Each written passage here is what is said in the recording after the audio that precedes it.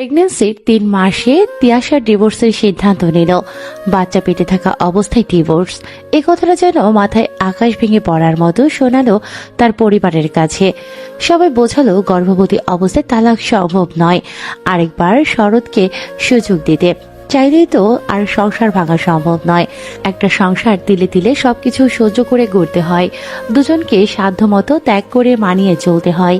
পরিবারের কথা মতো তিয়াশা আরো একবার শরতের সাথে খোলামেলাভাবে কথা বলার সিদ্ধান্ত নিল।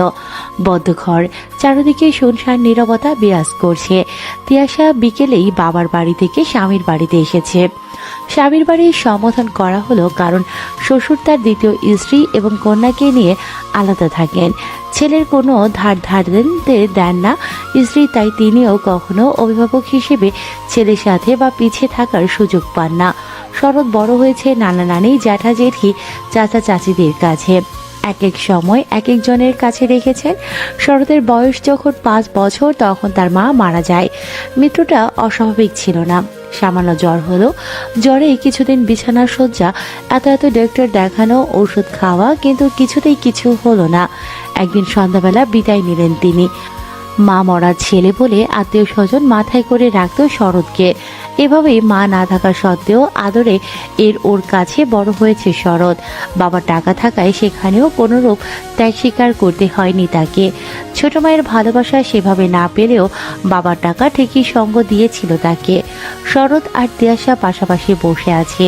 তিয়াশার নজর মেঝের দিকে নিবদ্ধ আর শরতের ফোন স্ক্রিনে।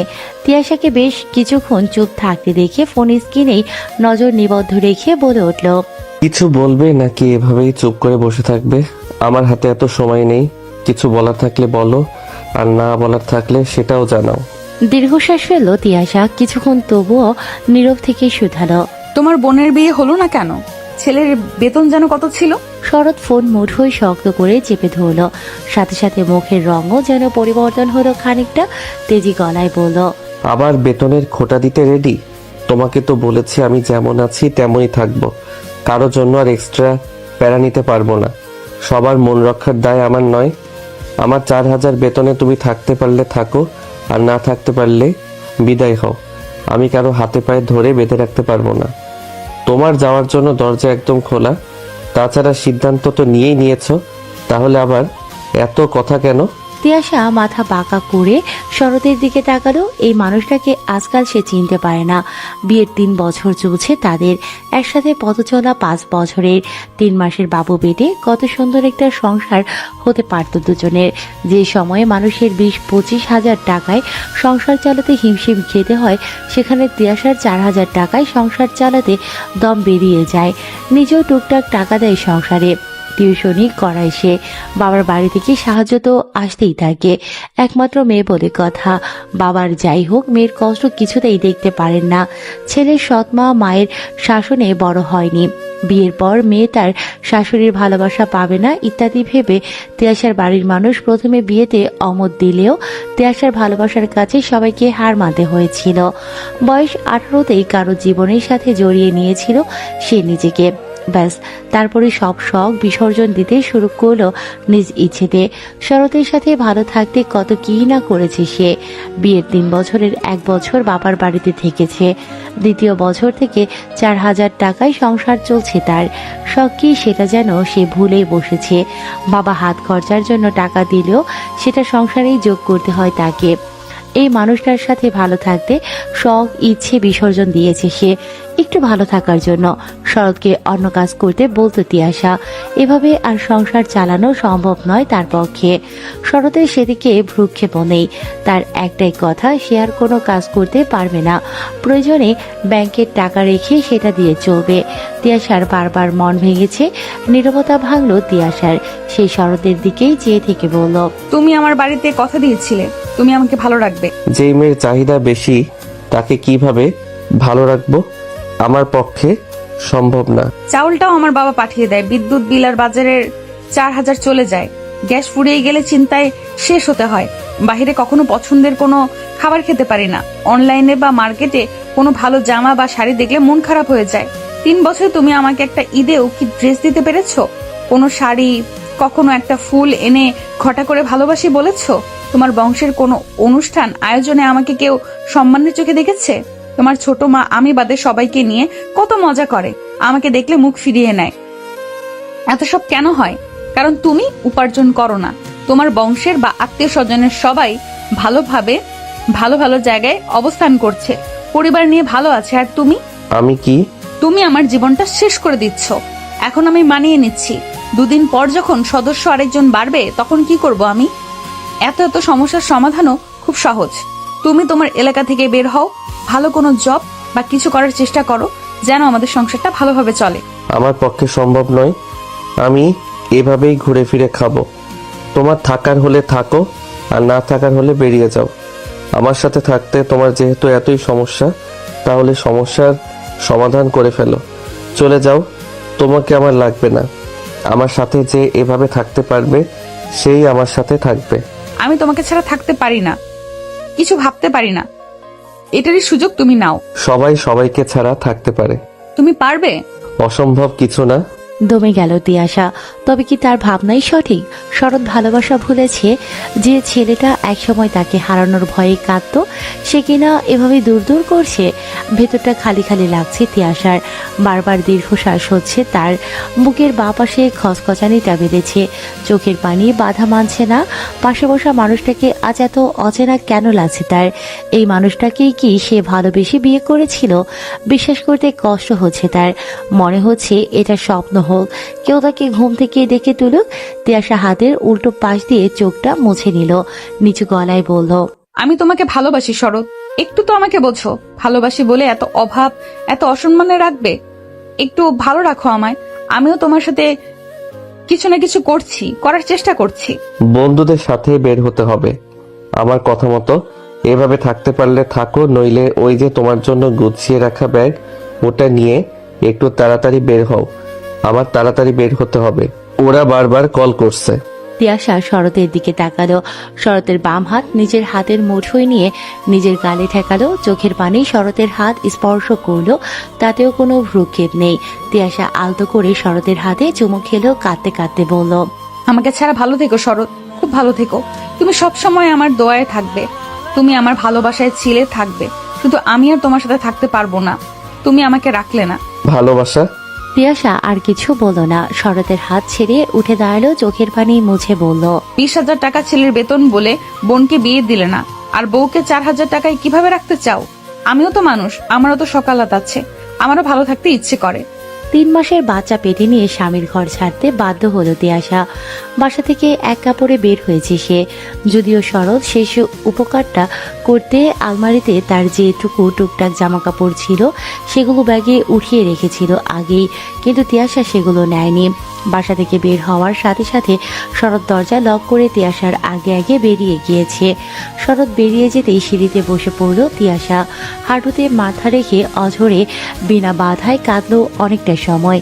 এই মানুষটার সাথে কাটানো সুন্দর সুন্দর মুহূর্ত মনে পড়তেই দম বন্ধ হয়ে আসা শুরু করলো। মন যেন মস্তিষ্ককে শুধালো। যাকে ছাড়া একটা দিন বাবার বাড়িতে থাকতে পারিস না, তাকে ছাড়া সারা জীবন পার করার সিদ্ধান্ত কিভাবে নিতে পারছিস? তাকে ছাড়া থাকতে পারবি? ব্যক্তিগত পুরুষের বুকে অন্য কারোর মাথা সহ্য করতে পারবি? সে যদি অন্য কাউকে বিয়ে করে এই বাড়িতে নিয়ে আসবে, তোর ঘর বিছানা বর সবই সেই মেয়ের হবে। কারণ কারণে অকারণে তোর বরকে কেউ স্পর্শ করবে, আষ্টেপৃষ্ঠে জড়িয়ে রাখবে। তোর বর তোকে যেইভাবে যত্ন করতো ওইভাবে অন্য কাউকে যত্ন করবে। কখনো হঠাৎ দুজন একসাথে তোর সামনে পড়ে গেলে সহ্য করতে পারবি? তুই মরে যাবি না? আর ভাবতে পারছে না তিয়াশা। শরীরটা বড্ড খারাপ লাগছে। যে মানুষটা তাকে ভারী কাজ করতে দিত না, পিরিয়ডের ব্যথায় তার সাথে সেও কাঁদো কাঁদো হয়ে থাকতো। সে সময় রান্নাটা সে করতো, মুখে তুলে খাইয়ে দিত, একা কোথাও যেতে দিত না। বাসা থেকে বাহিরে থাকলে মেসেজের উপর মেসেজ করতো। সে মানুষটা এত বদলে যেতে পারে কিভাবে? এত এত ভালোবাসার সাথে কি একটু ভালো রাখার দায়িত্ব সেই মানুষটা নিতে পারতো না? অন্তত দ্রব্যমূল্যের এই ঊর্ধ্বগতির বাজারে 1000-20 জব খুঁজে নিত, এতেই তো সন্তুষ্ট হয়ে যেত তিয়াশা। অন্তত সংসার টানতে টানতে নিজেকে ক্লান্ত কম হতে হতো। রাতের অধিকাংশ দুশ্চিন্তা করে কাটাতে হতো না, এটা ভেবে যে বাকি দিনগুলো কিভাবে কাটবে। তিয়াশা সিঁড়িতে ঘন্টাখানেক সময় ব্যয় করলো একা একা।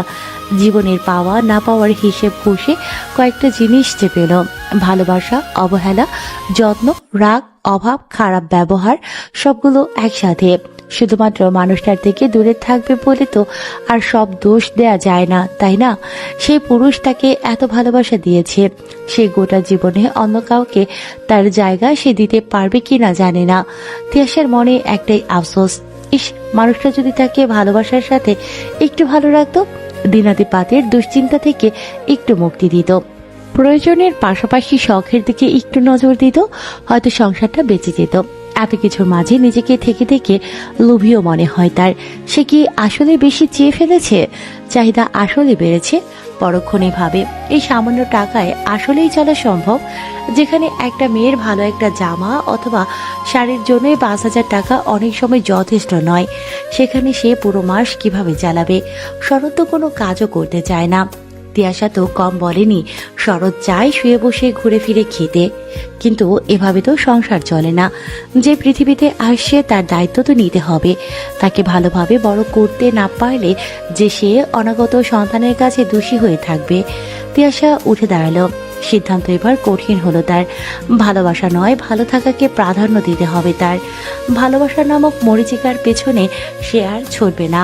যাকে ভালোবেসেছে, একটু ভালো সে থাকতে চেয়েছিল, সে নিজেই তো দূর দূর করছে, তাহলে সেখানে পড়ে থাকবে। যে বয়সে সব ভালো থাকাকে প্রাধান্য দেওয়ার কথা, সেই বয়সে এত ত্যাগ স্বীকার সে কেন করবে?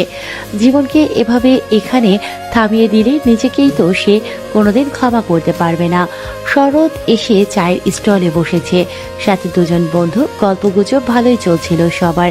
তবে শরতের কেমন মনের ভেতরটা ভালো লাগছিল না। কয়েকদিন হলো তার মন আর শরীরটাও ভালো যাচ্ছে না। তিয়াসার প্রেগন্যান্সি শুরু হওয়ার পর থেকে অসুস্থ হচ্ছে বারবার। বাবার বাড়িতে থাকতে না চাইলেও সেখানে জোর করেই রেখে দিয়েছিল শরৎ। দুজন দূরে থাকলে, আলাদা থাকলে বারবার নিজেদের মধ্যে অশান্তি শুরু হয়। তিয়াসার একদিন পরপরই নানা রকম কথা শুনতে হয় তার। কোনো শখ পূরণ হয় না, কিছু নিতে পারে না, এটা নাই ওটা নাই। শরতের রাগ অতিরিক্ত। তিয়াসা রাগ করলে সে রাগ না ভাঙিয়ে উল্টো রাগ করে থাকে, ইত্যাদি ইত্যাদি নানা কথা। এক কথা বারবার শুনতে ইচ্ছে করে না শরতের। ইচ্ছে করে একদিন যোগাযোগ বন্ধ রাখতে চায়। তিয়াসার জন্য সেটাও হয় না। তাকে ফোনে না পেলে তার বন্ধুদের ফোন দেওয়া শুরু করে। শরৎ না পেরে কল করলে আবার সেই কান্নাকাটি। তাকে ছাড়া থাকতে পারে না, দম আটকে আসে। কথা না বলে থাকা সম্ভব নয়, সেই এক কথা। শরতের এসব শুনতে আর ভালো লাগে না। শরৎকে চায়ের কাপ হাতে চুপচাপ বসে থাকতে দেখে একজন সিগারেট এগিয়ে দিল। সিগারেট এগিয়ে দেয়া দেখে পাশের জন হেসে বলল, বাপ, কাকে সিগারেট এগিয়ে দিচ্ছিস? সে তো বউকে কথা দিয়েছে সিগারেট আর খাবে না। হেসে একে অপরের গায়ের উপর পড়ল দুজন। শরৎ বলে উঠল, তিয়াসা আমাকে ছেড়ে থাকার সাহস দেখিয়েছে। আজ বোঝাপড়া করতে এসেছিল। কিসের বোঝাপড়া? এই যে, আমি যদি এলাকা থেকে বের না হই, ভালো বেতনের জব না করি, তাকে সুখে টাকায় টাকায় ডুবিয়ে না রাখি, তাহলে সে আমার সাথে থাকবে না। মেয়েরা লোভী হয়ে ভাই, এরা টাকা ছাড়া কিছুই চোখে দেখে না, স্বার্থপরের জাতে না। ধুর বেটা, ওর বউ এমন না। আমি কোনো সময় শরৎকে দেখিনি বউয়ের জন্য কোনো দামি জিনিস তো দূরের কথা, কোনো কিছু কিনে দিতে। বিয়ের 3-4 বছর মনে হয় কোনো ভালো জামাও দেয়নি। 2 বছর ধরে দেখি মেয়েটা একই বোরখা পরে বের হয়, আর ও দেবেই বা কেমনে? সংসার চালায় তো 4-5 হাজার টাকায়। এই টাকায় সংসার চলে? খাবেই বা কি আর পড়বেই বা কি? তাও যে বউ এতদিন টিকে আছে, এটাই ওর ভাগ্য। এই যুগে 4-5 হাজার টাকায় একটা ভালো জুতাও হয় না, আর এই শালা সংসার চালাতে চাই। 2 দিন পর বাচ্চা হবে, তখন কি করবে? আমার তো মনে হয় ভাবি দেরি করছে, আরো আগে চলে যাওয়া উচিত ছিল। বাচ্চা নেওয়া ঠিক হয় নাই, জীবনটাই না নষ্ট হয়ে যায়।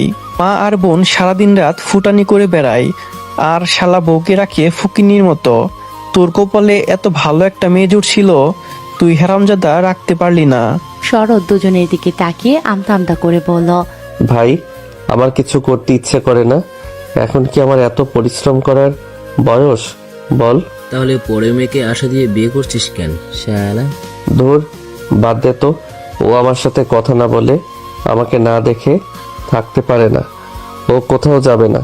যতটুকু শুনলাম তাতে বুঝলাম মেয়েটা তাকে খুব ভালোবাসে, অন্য মেয়েদের মতো না। কাজ কর, তাকে একটু ভালো রাখ।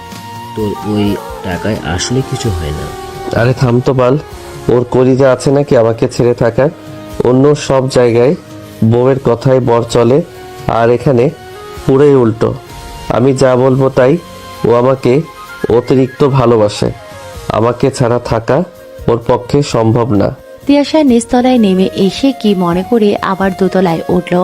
বাসার সামনে প্রায় লাগোয়া আরেকটা বাসা। লাইনিং এ দাঁড়িয়ে সেই বাসার ব্যালকনির দিকে তাকিয়ে কাউকে ডাকতেই একটা মহিলা বেরিয়ে এলেন। তিয়াশা মৃদু হাসার চেষ্টা করলো, বলল, আন্টি, খাতার একটা পৃষ্ঠার কলম হবে? দাঁড়াও, দিচ্ছি। তিয়াশা বাচ্চা পেটে নিয়ে স্বামীর সংসার ছেড়ে বাবার বাড়ি চলে এসেছে। এমন খবর খুব বেশিক্ষণ চাপা রইল না। দুদিনের মাথায় প্রতিবেশীদের মুখে মুখে বিষয়টা ছড়িয়ে পড়ল। কেউ দোষ দিল শরতের, আবার কেউ তিয়াশার। সবার সব কথা এক জায়গায় গিয়ে থামছে, আর সেটা হলো এই সময় কেউ সংসার ছেড়ে চলে আসে, কেউ কেউ তো মুখের উপর বলেই ফেলল, এই বংশের কোনো মেয়ের প্রথম বিয়ে টিকেছে, যে তিয়াশায় টিকবে। এই বাড়ি হোক আর বংশ হোক, সবগুলো মেয়েই তো প্রথম ঘর ছেড়েছে। একটার কপালেও আর বিয়ের স্বামী নিয়ে সংসার করার সৌভাগ্য হয়নি। তিশাই বা বাদ যাবে কেন? 3-4 বছর টিকেছে, এই অনেক। বাচ্চা পেটে না থাকলে তবুও একটা ব্যবস্থা করা যেত। বউ চলে যাওয়া বা বউ মরে যাওয়া পুরুষের সাথে বিয়ে দিলে সংসার করতে পারত, কিন্তু এই অবস্থায় আর বিয়ে কিভাবে হবে? বাচ্চা হয়ে গেলে আর এক ঝামেলা। মানুষ করবে কে? তিয়াশি যদি মানুষ করতে চায় তাহলে টাকা পয়সা কে দেবে?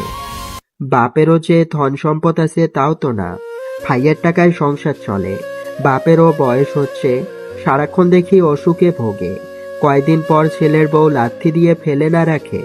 তার উপর আবার তিয়াশা এসে হাজির। কে জানে কি হবে এই বাড়ির অবস্থা। তিয়াশা সবকিছুকে অবজ্ঞা করে পাত্তা না দিয়ে শরতের একটা ফোন কলের অপেক্ষায় আছে। গত 2 দিন শরৎ কোনো সিঙ্গেল ফোন কল বা মেসেজ করেনি। কথা বলার জন্য, একবার প্রিয় মানুষটার কণ্ঠস্বর শোনার জন্য, তার মুখে জান ডাক শোনার জন্য। তিয়াশা ছটফট করছে, ভেতরটা জ্বলে পড়ে যাচ্ছে। বারবার ফোনটা হাতে নিয়ে আগের মেসেজগুলো দেখছে। নিজে কল করতে গিয়েও ফিরে ফিরে আসে। মনকে বোঝাচ্ছে এবার অন্তত নিজের মনের কাছে হেরে যাওয়া চলবে না। ভালোবাসলে দুজনই তো বেশি ছিল, তবে একজন কেন সেই ভালোবাসার জন্য সবকিছু সহ্য করবে? পুরুষ হয়ে কেন তার শখের নারীকে ভালো রাখার জন্য কিছু করবে না? কেন অভাবে অভাবে জরাজীর্ণ করে রাখবে? কেন অসম্মানে রাখবে? এগুলো তো কোনো সুপুরুষের লক্ষণ নয়। শরৎ যদি নিজের ভুল বুঝতে পেরে অলসতা ছেড়ে কাজ করার জন্য রাজি হয়, সে তবেই ফেরার কথা ভাববে। নাচের না আঁকার না। মনকে বুঝিয়ে ফোন রেখে মানুষের মধ্যে গিয়ে একটু বসার চেষ্টা করে সে।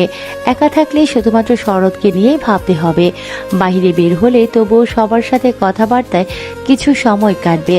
তিয়াশা বাড়ি ফেরার পর মা ঠিকঠাক কথাবার্তা বলেও কাছে টেনে নিলেও তিয়াশার বাড়ি ফেরা ভালো চোখে দেখেনি তার ভাইয়ের বউ আলো। একটা বারের জন্য ভালো করে কথা বলেনি সে তিয়াশার সাথে। উল্টো কথাবার্তা আর আচরণে বুঝিয়ে দিয়েছে তিয়াশার এ বাড়িতে এভাবে আসা থাকার সিদ্ধান্ত নেওয়া উচিত হয়নি। এই তো সকালে রান্নার কাজে আলোকে হাতে হাতে একটু সাহায্য করতে গিয়েছিল তিয়াশা। যদিও তার এখন ভারী কাজ করা নিষেধ, তবুও ভেবেছিল হালকা কাজগুলো সে করে দেবে। আলো ইচ্ছে করে বলে বসলো, তোমার ভাই রাতে চাউলের বস্তা নিয়ে এসেছে, ছোট বস্তাটা একটু রান্নাঘরে এনে রাখো, পারবে তো নাকি? চলো না হয় আমি ধরি সাথে। তিয়াশা কিছুক্ষণ চুপ রইল। একটা দীর্ঘশ্বাস ফেলে পেটে আলতো স্পর্শে হাত বুলিয়ে আলোর দিকে ফিরে বলল, চলুন। তিয়াশা চাউলের বস্তার এক পাশ ধরতেই বুঝতে পারলো আলো ইচ্ছে করে তার দিকে ভর বেশি রেখেছে। সে তবুও হাসি মুখে কাজে মন দিল। মেয়েকে ভারী বস্তা তুলতে দেখে মা কুলসুম বেগম দৌড়ে এলেন। হাত থেকে বস্তা ছাড়িয়ে নিজের কোমরে তুলে নিয়ে বলে উঠলেন, সংসার তো শেষ হলো, এখন কি নিজের জীবনটাও শেষ করতে চাইছিস? হতচ্ছাড়ি, তোকে না নিষেধ করেছি ভারী কোনো কাজ করবি না? আমার কথা কি একটুও শুনবি না তুই? বাড়ির একটা মানুষ আমার কথা শোনে না বলে কি তুইও সবার সাথে পাল্লা দিবি? মানুষ মনে হয় না মাকে? কুলসুম বেগম বস্তা রান্নাঘরে রেখে বেরিয়ে এসে আলোকে উদ্দেশ্য করে বললেন, আমি কি সংসারে কম কাজ করি? আমার মেয়েকে দিয়ে এত ভারী কাজ করাচ্ছ কেন তুমি? আপনার মেয়ে বেড়াতে তো আসে নাই যে তাকে বসিয়ে বসিয়ে ভালো মন্দ খাওয়াতে হবে। যে সংসার ছেড়ে একেবারে চলে এসেছে। শুয়ে বসে তো আর খেতে পারবে না, বাড়ির কাজ করেই খেতে হবে। আমি ভাবিকে বলেছিলাম তুমি শুধু শুধু রাগ করছো। আর সত্যিই তো, আমি তো এখানে শুয়ে বসে খেতে আসিনি। কখনো বসে বসেই খেতে হবে এমন ভাবনাও ছিল না। মেয়ে হয়ে জন্মেছি, কাজ তো করতেই হবে। তিয়াশার কথায় মুখ বাঁকিয়ে রান্নাঘরের দিকে চলে গেল আলো।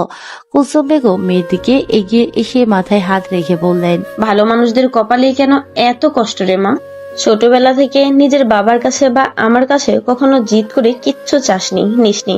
স্বামীর ঘরেও সেরকম কখনো নিজের কোনো শখ পূরণ করতে দেখলাম না। সংসার করে গেলি, তবুও কি এমন হতে হয়? যার চাহিদা যত কম সে পায়ও তত কম। ছোটবেলা থেকে যদি জোর করে এটা ওটা নেওয়ার আর পাওয়ার অভ্যেস থাকতো, তাহলে হয়তো এখনো পাওয়ার খাতায় শূন্য থাকতো না মা। তোর সব কষ্ট আমার হোক মা, আমি আর তোর এই দশা দেখতে পারছি না। শরৎ যদি তোকে একটু বুঝতো।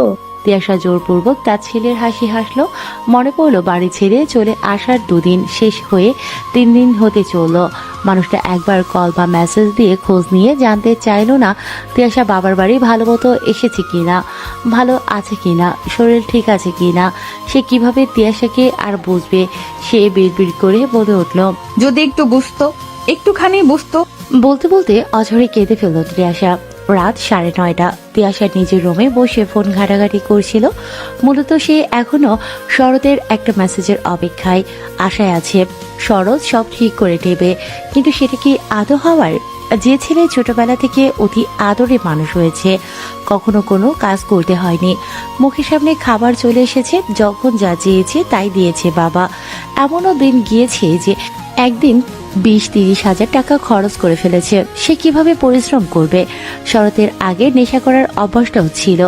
ওসবেই প্রতিদিন হাজার হাজার টাকা উড়িয়েছে। এখন কাজ করে না, টাকা পায় না, ওড়াতে পারে না। এসবের জন্য হয়তো মেজাজ আরো খিটখিটে হয়ে থাকে। তিয়াশা 3 বছরে একটাই আশা বুকে চেপে ভালোবেসে গিয়েছে।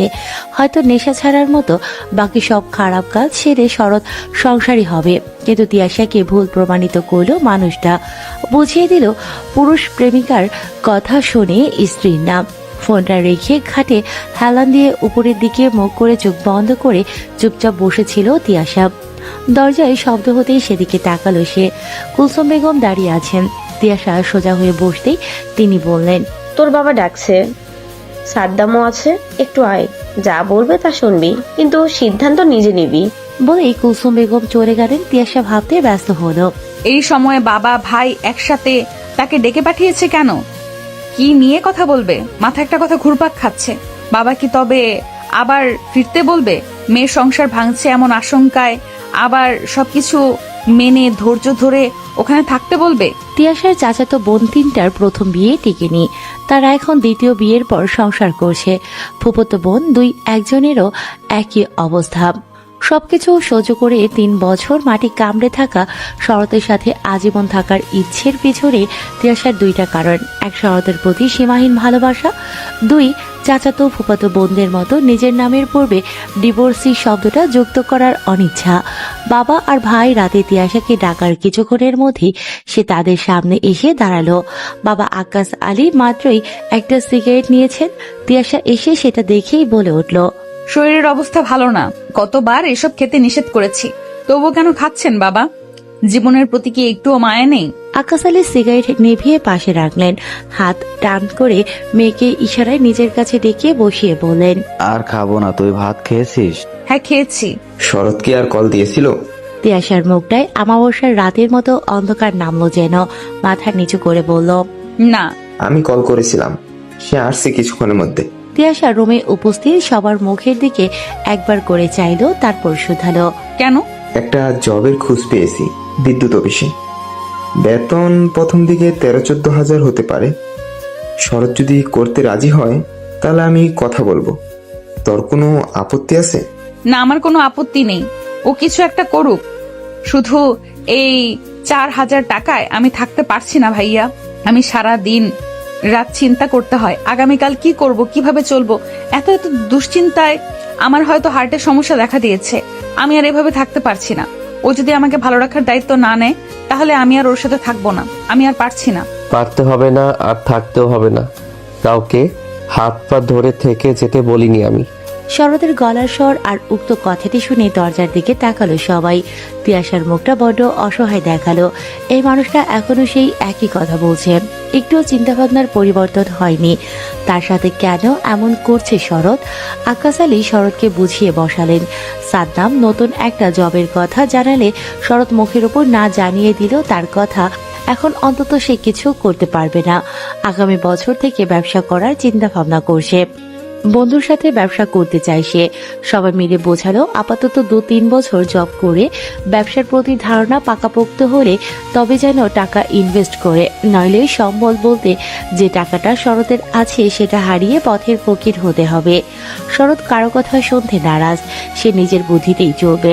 শরৎ একটা ওষুধের দোকানে বসে, সেখান থেকে 1,000-4,500 টাকা আসে প্রতি মাসে। মায়ের রেখে যাওয়া জায়গা বাড়ি করার সময় বিক্রি করে যে টাকা বেঁচে গিয়েছিল তা এক বড় ভাই ধার নিয়েছে, সেটা দিয়ে ব্যবসা করতে চায় শরৎ। টাকার পরিমাণ খুব বেশি না, এই টাকা দিয়ে কোনো ব্যবসায় নামার সম্ভব না। সেটা জানা সত্ত্বেও শরৎ এমন জিদ ধরে বসে আছে যে যতই বোঝাক না কেন শরৎ বুঝ নেয় না। আজও তাই হলো, সে জব বিমুখ, কিছুতেই অন্যের আন্ডারে কাজ করতে চায় না। তাই তো দোকান থেকেও বেরিয়ে আসতে চায় মাঝে মাঝে। সুতরাং সবাই মিলে এত বুঝিয়ে কোনো লাভ হলো না। আবারও হতাশ হতে হলো তিয়াশাকে। শরতের এমন আচরণে সে কতটা কষ্ট পায় সেটা কি শরৎ বোঝে না? এই সময় নাকি মেয়েদের সবসময় হাসি খুশি থাকতে হয়, তাহলে পেটের বাচ্চা ভালো থাকে, বৃদ্ধি ভালো হয়। কিন্তু শরৎ তো পারলে তাকে গলা টিপে মেরে ফেলে। এই মানুষটাকে একদম চিনতে পারছে না তিয়াশা। সাদ্দাম শেষমেশ শরতের সাথে পেরে না উঠে বলল, তুমি যেহেতু চাকরি করবেই না, আমার বোনকে কিঞ্চিত ভালো রাখার দায় ইচ্ছে কোনোটাই তোমার নেই, সুতরাং আমার বোনকে তোমার বাসায় আর পাঠাচ্ছি না। ইয়া এখানেই থাকবে। চোখের সামনে নিজের বোনের তিলে তিলে মৃত্যু আমি দেখতে পারবো না। উঠে দাঁড়ালো শরৎ। সাদ্দামকে একবার দেখে তিয়াশার দিকে তাকিয়ে বলল, রেখে দিন তাকে সারা জীবনের জন্য। যে আমার খারাপ সময়ে পাশে থাকবে না তাকে আমার প্রয়োজন নেই। খারাপ সময়? এত সুযোগ পেয়ে নিজেই কিছু করতে চাও না আর বলছো এটা তোমার খারাপ সময়? আমারই ভুল, আমি 3টা বছর অপেক্ষা করেছি তোমাকে আমার মনের মতো তৈরি করার, পারিনি। কারণ কাউকে ভালোবাসলে তবেই নিজের মধ্যে পরিবর্তন আসে। তুমি তো বাসনি, আমি বোকা, শেষমেশ আমি হেরে গেলাম। আমার কথা, আমার বাচ্চার কথা ভাবার দায় যেহেতু তোমার নেই, সুতরাং আমি এখন সবার সামনে দাঁড়িয়ে বলছি শরৎকেও আমার প্রয়োজন নেই। সেদিনের আলাপচারিতা তর্ক বিতর্কের পর শরৎ আর তিয়াশার দেখা হওয়া তো দূর, তাদের মধ্যে মুঠোফোনের যোগাযোগটুকু আর হয়ে ওঠেনি। যদিও তিয়াশা মুখে মুখে যাই বলুক না কেন, সে এখনো চায় শরৎ নিজেকে এবং নিজের চিন্তাধারাকে পরিবর্তন করে আবার তার কাছে ফিরে আসুক। তবে মাঝে মধ্যে নিজের জন্য খুব করুণা হয় তিয়াশার। সে কেন স্বার্থপরতার এই দুনিয়ায় একটা মানুষকে এত ভালোবাসতে গেল? সে এখন চায় তার মতো করে কেউ জীবন সঙ্গীকে ভালো না বাসুক। মানুষ যে ভালোবাসার দাম দিতে চায় না। তিয়াশা বাড়ির কাছেই একটা ডক্টরের চেম্বারে জব নিয়েছে। রোগীর সিরিয়াল রাখা, প্রেশার, ওজন মাপা এবং ডক্টরের নিকট পৌঁছে দেয়া তার কাজ। বেতন 7,500 টাকা। ওখান থেকে বলা হয়েছে তিয়াশা যদি ভালোভাবে কাজ করতে পারে তাহলে তার পড়াশোনা অনুযায়ী কাজ দিয়ে বেতন 6 মাস বা 1 বছর পর বাড়িয়ে দেয়া হবে। ততদিনে তিয়াশার বাচ্চাটাও দুনিয়ায় চলে আসবে। তিয়াশা মূলত কিছু টাকা এবং নিজে সুস্থ থাকতে কাজে যোগ দিয়েছে। ডক্টরের আশেপাশে থাকলে নিজের কোনো অসুস্থতায় সে অন্যের চেয়ে কমে চিকিৎসা নিতে পারবে বলেই সে আশাবাদী। তাছাড়া বাড়িতে ভাইয়ের বউয়ের কালো মুখ তো দেখতে হবে না। নিজের ভরণ পোষণের দায়িত্ব আপাতত সে নিজেই নিতে পারবে। জমানো যা টাকা ছিল তা দিয়ে মাঠে ফসলি ক্ষেত নিয়েছে সে চাষাবাদের জন্য। পরিপূর্ণ সাহায্য সে বাবা আর ভাইয়ের কাছে পেয়েছে। তিয়াশার ধারণা যে টাকা খরচ হয়েছে আগামী বছর তার 3 গুণ টাকা সে জমাতে পারবে। নভেম্বর মাস, চারিদিকে ঘন কুয়াশা, ভারী শীত। বাবার বাড়িতে আসার 2 মাস কেটে গিয়েছে তিয়াশার। এই 2 মাসে নিজের এবং নিজের চারপাশের অনেক পরিবর্তন দেখতে পেয়েছে তিয়াশা। প্রচন্ড গরম থেকে প্রকৃতি যেমন দারুণ শীতল রূপ নিয়েছে, সেরকম চারপাশের মানুষের কথাও কমতে শুরু করেছে। তিয়াশা আজকাল একটু স্বস্তির নিঃশ্বাস নিতে পারে।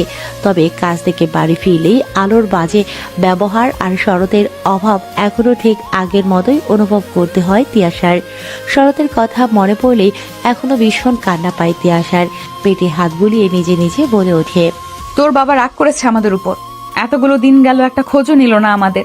তুই আমার কোলে যখন আসবি তখন কিন্তু আমার অনেক অনেক অভিযোগ তোকে জানাবো আমি। তুই কিন্তু মায়ের পক্ষ নিয়ে বাবাকে খুব করে বকে দিবি।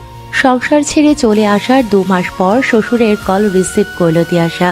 এর পূর্বে সব মিলিয়ে 3-4 দিন কল এসেছে তার ফোনে। বাবাকে আগে থেকে নিষেধ করে দিয়েছিল তার শ্বশুর কল করলে যেন রিসিভ না করে। তিয়াশা চেম্বারে ছিল, ব্রেক টাইম চলছে, নিজের জন্য বরাদ্দকৃত ছোট্ট জায়গাটায় গিয়ে বসেছিল। ফোন স্ক্রিনে গোটা অক্ষরে লেখা বাবা দেখে এক মুহূর্তের জন্য নিজের বাবা ভেবে ভুল করেই কল রিসিভ করেছে সে। কল রিসিভ হতেই ওপাশ থেকে ভরাট বয়স্ক পুরুষালী গলায় তিয়াশার শ্বশুর বলে উঠল, কি হয়েছে তোমাদের? ফোন দিলে রিসিভ কেন করো না? তোমার বাবাকেও পাওয়া যায় না, তুমি নাকি বাবার বাড়িতে আছো রাগ করে। আমার ছেলেটা কি খায় না খায়, কেমন আছে সে খোঁজ খবর রাখো তুমি? তিয়াশা ঠান্ডা মেজাজের মানুষ। নিজের কোনো কথাই কেউ যদি কখনো কষ্ট পেয়ে যায় সেই সংকোচে নিজের মধ্যে সব খারাপ লাগা চেপে রেখেছে সে। বলার বা প্রতিবাদ করার মতো অনেক সুযোগ পেলেও এ যাবৎ সব সহ্য করে নিয়েছে। আজ সে সেটা করতে পারল না। শরতের বাবার কথা যেন গায়ে সূচের মতো বিঁধল। তার ছেলের ভালো মন্দ, খাওয়া দাওয়া, ভালো রাখা, এসবের দায়িত্ব কি শুধু তিয়াশার? শরতের কোনো দায়িত্ব নেই বা শ্বশুর হিসেবে ওনার কোনো দায়িত্ব ছিল না? তিয়াশা একটা দীর্ঘশ্বাস ফেলল, মৃদু ও ধারালো গলায় বলল, বাবা, আপনি যেমন আপনার সন্তানের চিন্তা করছেন সেরকম আমিও আমার সন্তানের চিন্তা করেই আপনার ছেলেকে ছেড়ে চলে এসেছি। আপনার ছেলের শূন্য পকেটে আমি আমার 3টা বছর কাটিয়েছি, আর সম্ভব হচ্ছিল না। আমি আমার হবু সন্তানকে অনিশ্চয়তার মধ্যে জন্ম দিতে চাইনি। মানে কি কি বলতেছো তুমি? সংসার চলছে না মানে? আমাকে জানাওনি কেন? আপনি জানেন না বাবা? আপনাকে জানানো হয়নি বলছেন? আপনার ছেলে 4000 টাকায় সংসার চালায়, এটা আপনি জানেন না? মানুষ তো তোমরা দুজন। বাবা, আপনিও কখনো আপনার ছেলেকে সহ্য করেননি, কোনো পথ বাতলে দেননি। আমাদেরই তো সংসার চলে না রে মা, তোমাদের কিভাবে সাহায্য করব? তাছাড়া তুমিও তো টিউশনি করাচ্ছিলে, দুজনে চলে যাচ্ছিল, সমস্যা কি হলো এখন? বাবা, রিটায়ার্ডের পর আপনার বেতন আসে 22 থেকে 25,000 টাকা। আপনারা 3 জন সদস্য, আপনাদেরই নাকি এই টাকায় সংসার চালাতে হিমশিম খেতে হয়। তাহলে আপনাদের থেকে আমরা শুধু একজন কম, সেই একজনও কয়েকদিন পর হয়ে যাবে। ধরতে গেলে বাচ্চার খরচ আরো বেশি। তাহলে আমি আপনার বেতনের 6 ভাগের 1 ভাগ টাকায় কিভাবে চলবো? আপনার ছেলে কিছু করেই না ধরতে গেলে। একজন পুরুষ যদি একটা নারীকে ভালোবেসে তাহলে তার প্রথম কাজ ভালোবাসার মানুষকে আগলে রাখা। আপনার ছেলে আমাকে ভালোবাসলে এই 3-3.5 বছরে অন্তত আমার কথা ভেবে কঠোর পরিশ্রম করত, আমাকে ভালো রাখতো। কিন্তু সে তো নিজেকে ভালোবাসে। তাছাড়া আপনি আপনার মেয়েকে 20,000 টাকা বেতনের চাকরি করা ছেলের হাতে তুলে দেননি আপনার মেয়ে এই টাকায় চলতে পারবে না বলে। আর আপনার ছেলে আরেকজনের মেয়েকে 4,000-এ ভালো রাখতে চায় কিভাবে? আমাকে বলবেন একটু? আপনি এত সব না দেখে ফোন করে আমাকে বলছেন ছেলের ভালো মন্দ দেখতে। দুঃখিত বাবা, আমি পারবো না। আপনি আপনার সন্তানের ভালো দেখুন, আর আমি আমার সন্তানের। তিয়াশা ফের বলে উঠল, আপনার ছেলে আমাকে কি দিতে পেরেছে বলুন তো বাবা? খাবার, জামা কাপড়েও তো সে আমাকে ভালো রাখতে পারেনি, কোনো শখ আহ্লাদ পূরণ করতে পারেনি, আর একটা ভালো পরিবারও দিতে পারেনি। বিয়ের সময় তার ছোট মা আর বোনের কত ভালো ব্যবহার, আর বিয়ের পর একটা দিন আমাকে কাছে টেনে নিয়েছে, আমাকে দেখিয়ে দেখিয়ে অন্যের ছেলের বউদের ভালোবাসে, হাসাহাসি করে। আমি কি দোষ করেছি বলুন তো? আর আপনি সম্পর্ক ঠিক করতে আমাকে বারবার মাফ চাইতে বলছেন। আসলে আমার কোন ভুলের জন্য আপনি বারবার মাফ চাইতে বলেছেন বলতে পারবেন? আপনি নিজে কখনো আমার কোনো ভুল দেখেছেন? আমি তবুও একটা ভালো পরিবার পেতে বারবার মাথা নত করেছি। আমি কিছু পাইনি বাবা, আমিও মানুষ, আমারও সহ্যের সীমা আছে। আমি নিজেকে আর কারো কাছে ছোট করতে পারবো না, না আপনার বউ মেয়ের কাছে, আর না আপনার ছেলের কাছে। আপনার ছেলেকে ভালোবেসে বিয়ে করে যে কত কষ্ট পেয়েছি সেটা আমার কাছেই থাকুক, আমি আর পিছু ফিরে তাকাতে চাই না। শরৎ একটু নিজের মতো থেকে দেখুক, ও আজ হোক আর কাল হোক বুঝতে নিশ্চয়ই পারবে। আল্লাহর পর এই দুনিয়ায় আমি ছাড়া ওর কেউ ছিল না, আপনিও না। আমিও না। না, আপনিও না। আপনার স্ত্রী কোনোদিন আপনার ছেলের জন্য 2 পয়সা খরচ করতে দেবে? পারবেন আপনার মেয়ে আর বউয়ের কথা আর বাহিরে গিয়ে ছেলের পাশে দাঁড়াতে? ওপাশ থেকে আর কোনো জবাব এলো না। তিয়াশা হাসলো, ফের বলল, পারবেন না বাবা। শরতের জন্য আমি ছাড়া কেউ ছিল না, এই কথা সে বুঝতেই পারলো না। ওই যে দাঁত থাকতে দাঁতের মর্ম বোঝে না মানুষ, এমন ব্যাপারটা শরতের ক্ষেত্রেও বুঝবে, খুব তাড়াতাড়ি বুঝবে। শুনেছি শখের বাইক বিক্রি করে সেই টাকায় দিন পার করছে, কিন্তু সেটা কতদিন? বাইক, জমানো টাকা, বাড়ি, এগুলো যদি বিক্রি করে তবে কতদিন চলবে আপনার ছেলে? তারপর কেঁদে কোনো রাস্তা দেখবে না। এইসব তার সাথে হোক, এটা আমি চাই না। আমি চাইও ও ইনকাম করুক, পরিশ্রম করুক, কিন্তু আমার মতো স্বস্তির জায়গা তার না হোক। প্রতিটা মিনিট, প্রতি সেকেন্ড ওকে বুঝিয়ে দেবে তিয়াশা একজনই ছিল, একজনই। তিয়াশা নিজে থেকে ফোনটা কাটলো। হয়তো অসভ্যতার পরিচয় পেল কিছুটা, কিন্তু এতে এখন তার যায় আসে না। আজকাল মানুষের কথা আর ব্যবহার সহ্য করতে করতে আর চুপ থাকতে ইচ্ছে করে না। এজন্যই আলোর সাথে আগে ঝামেলা না হলেও এখন টুকটাক হয়। তিয়াশা আলোর একটা কথাও আর ছেড়ে দেয় না। মানুষ কষ্ট পেতে পেতে পাথর হয়, তিয়াশা হয়ে উঠেছে যেন অগ্নি। আজ তিয়াশার জবের আরো 1 মাস পূর্ণ হলো। যাকে ছাড়া তিয়াশার একটা দিন চলতো না, তাকে ছাড়া এখন তিয়াশা দিন, সপ্তাহ, এমনকি মাসও পেরিয়ে যাচ্ছে। তিয়াশা নিজেই কিছুদিন আগে শরৎকে অনলাইনের সব জায়গায় কালো তালিকায় ফেলে রেখেছে। সব রকম যোগাযোগের মাধ্যমে দরজা আটকে দিয়েছে। সে এখন চায় শরৎ অনুভব করুক তার মতো করে। জীবন একা কাটানো সহজ নয়, তবে শরৎ সেটা পারলে তিয়াশাও পারবে। কিছুদিন পূর্ব অবধিও সে ভাবত শরৎ একবার শুধু তাকে ফোন করে বলুক, সে সব রকম খারাপ সঙ্গ ত্যাগ করে শুধুমাত্র তিয়াশা এবং অনাগত সন্তানের কথা ভেবে পরিশ্রম করে উপার্জন করবে। শরতের কল্পনা বা বাস্তব সবটা জুড়ে শুধু তিয়াশা আর অনাগত সন্তান। কিন্তু পরক্ষণে ভেবেছে এমনও হতে পারে শরৎ ভুলিয়ে ভালিয়ে তাকে ফিরিয়ে নিল, কিন্তু আগের মতোই রয়ে গেল। তাহলে তখন তো আরো কষ্ট বেড়ে যাবে তিয়াশার। তিয়াশা এখন নিজ থেকেই দূরত্ব চায়। সে চায় শরৎ আগে নিজের পরিবর্তন ঘটাক, আর তারপর নিজের ক্যারিয়ার গড়ে তুলুক। সংসারের চাপ থেকে না হয় তিয়াশা তাকে মুক্তি দিল। শরৎ প্রতিষ্ঠিত হোক, সে প্রিয় মানুষটার শাস্তি নয়, সর্বোচ্চ সফলতা দেখতে চায়। তাদের পুনরায় মিলন হোক অথবা না হোক, শরৎ জীবনে সফল হোক, এই মানুষটার ক্ষতি সে কখনোই চাইবে না। তিয়াশাকে অনেকক্ষণ আগেই ডাকা হয়েছে। সে অনুমতি নিয়ে একটা কক্ষের দরজা ঠেলে ভিতরে প্রবেশ করল। ভিতরে শার্ট ঊর্ধ্ব একজন পুরুষ বসে আছেন। তিয়াশাকে ভিতরে আসতে দেখে মৃদু হেসে বলল, এসো এসো, বসো এখানে। শরীর কেমন তোমার? জি স্যার, আলহামদুলিল্লাহ সুস্থ আছি। লোকটা টেবিলের ড্রয়ার থেকে 10,000 টাকা বের করে তিয়াশার দিকে এগিয়ে দিয়ে বলল, এটা তোমার পারিশ্রমিক এবং আমার পক্ষ থেকে সামান্য উপহার। আগামী মাস থেকে তোমার বেতন 8 করা হলো। এবার যে বাড়তি টাকা পেলে সেটা দিয়ে ফল কিনে খাবে। তিয়াশা হেসে টাকাগুলো নিল।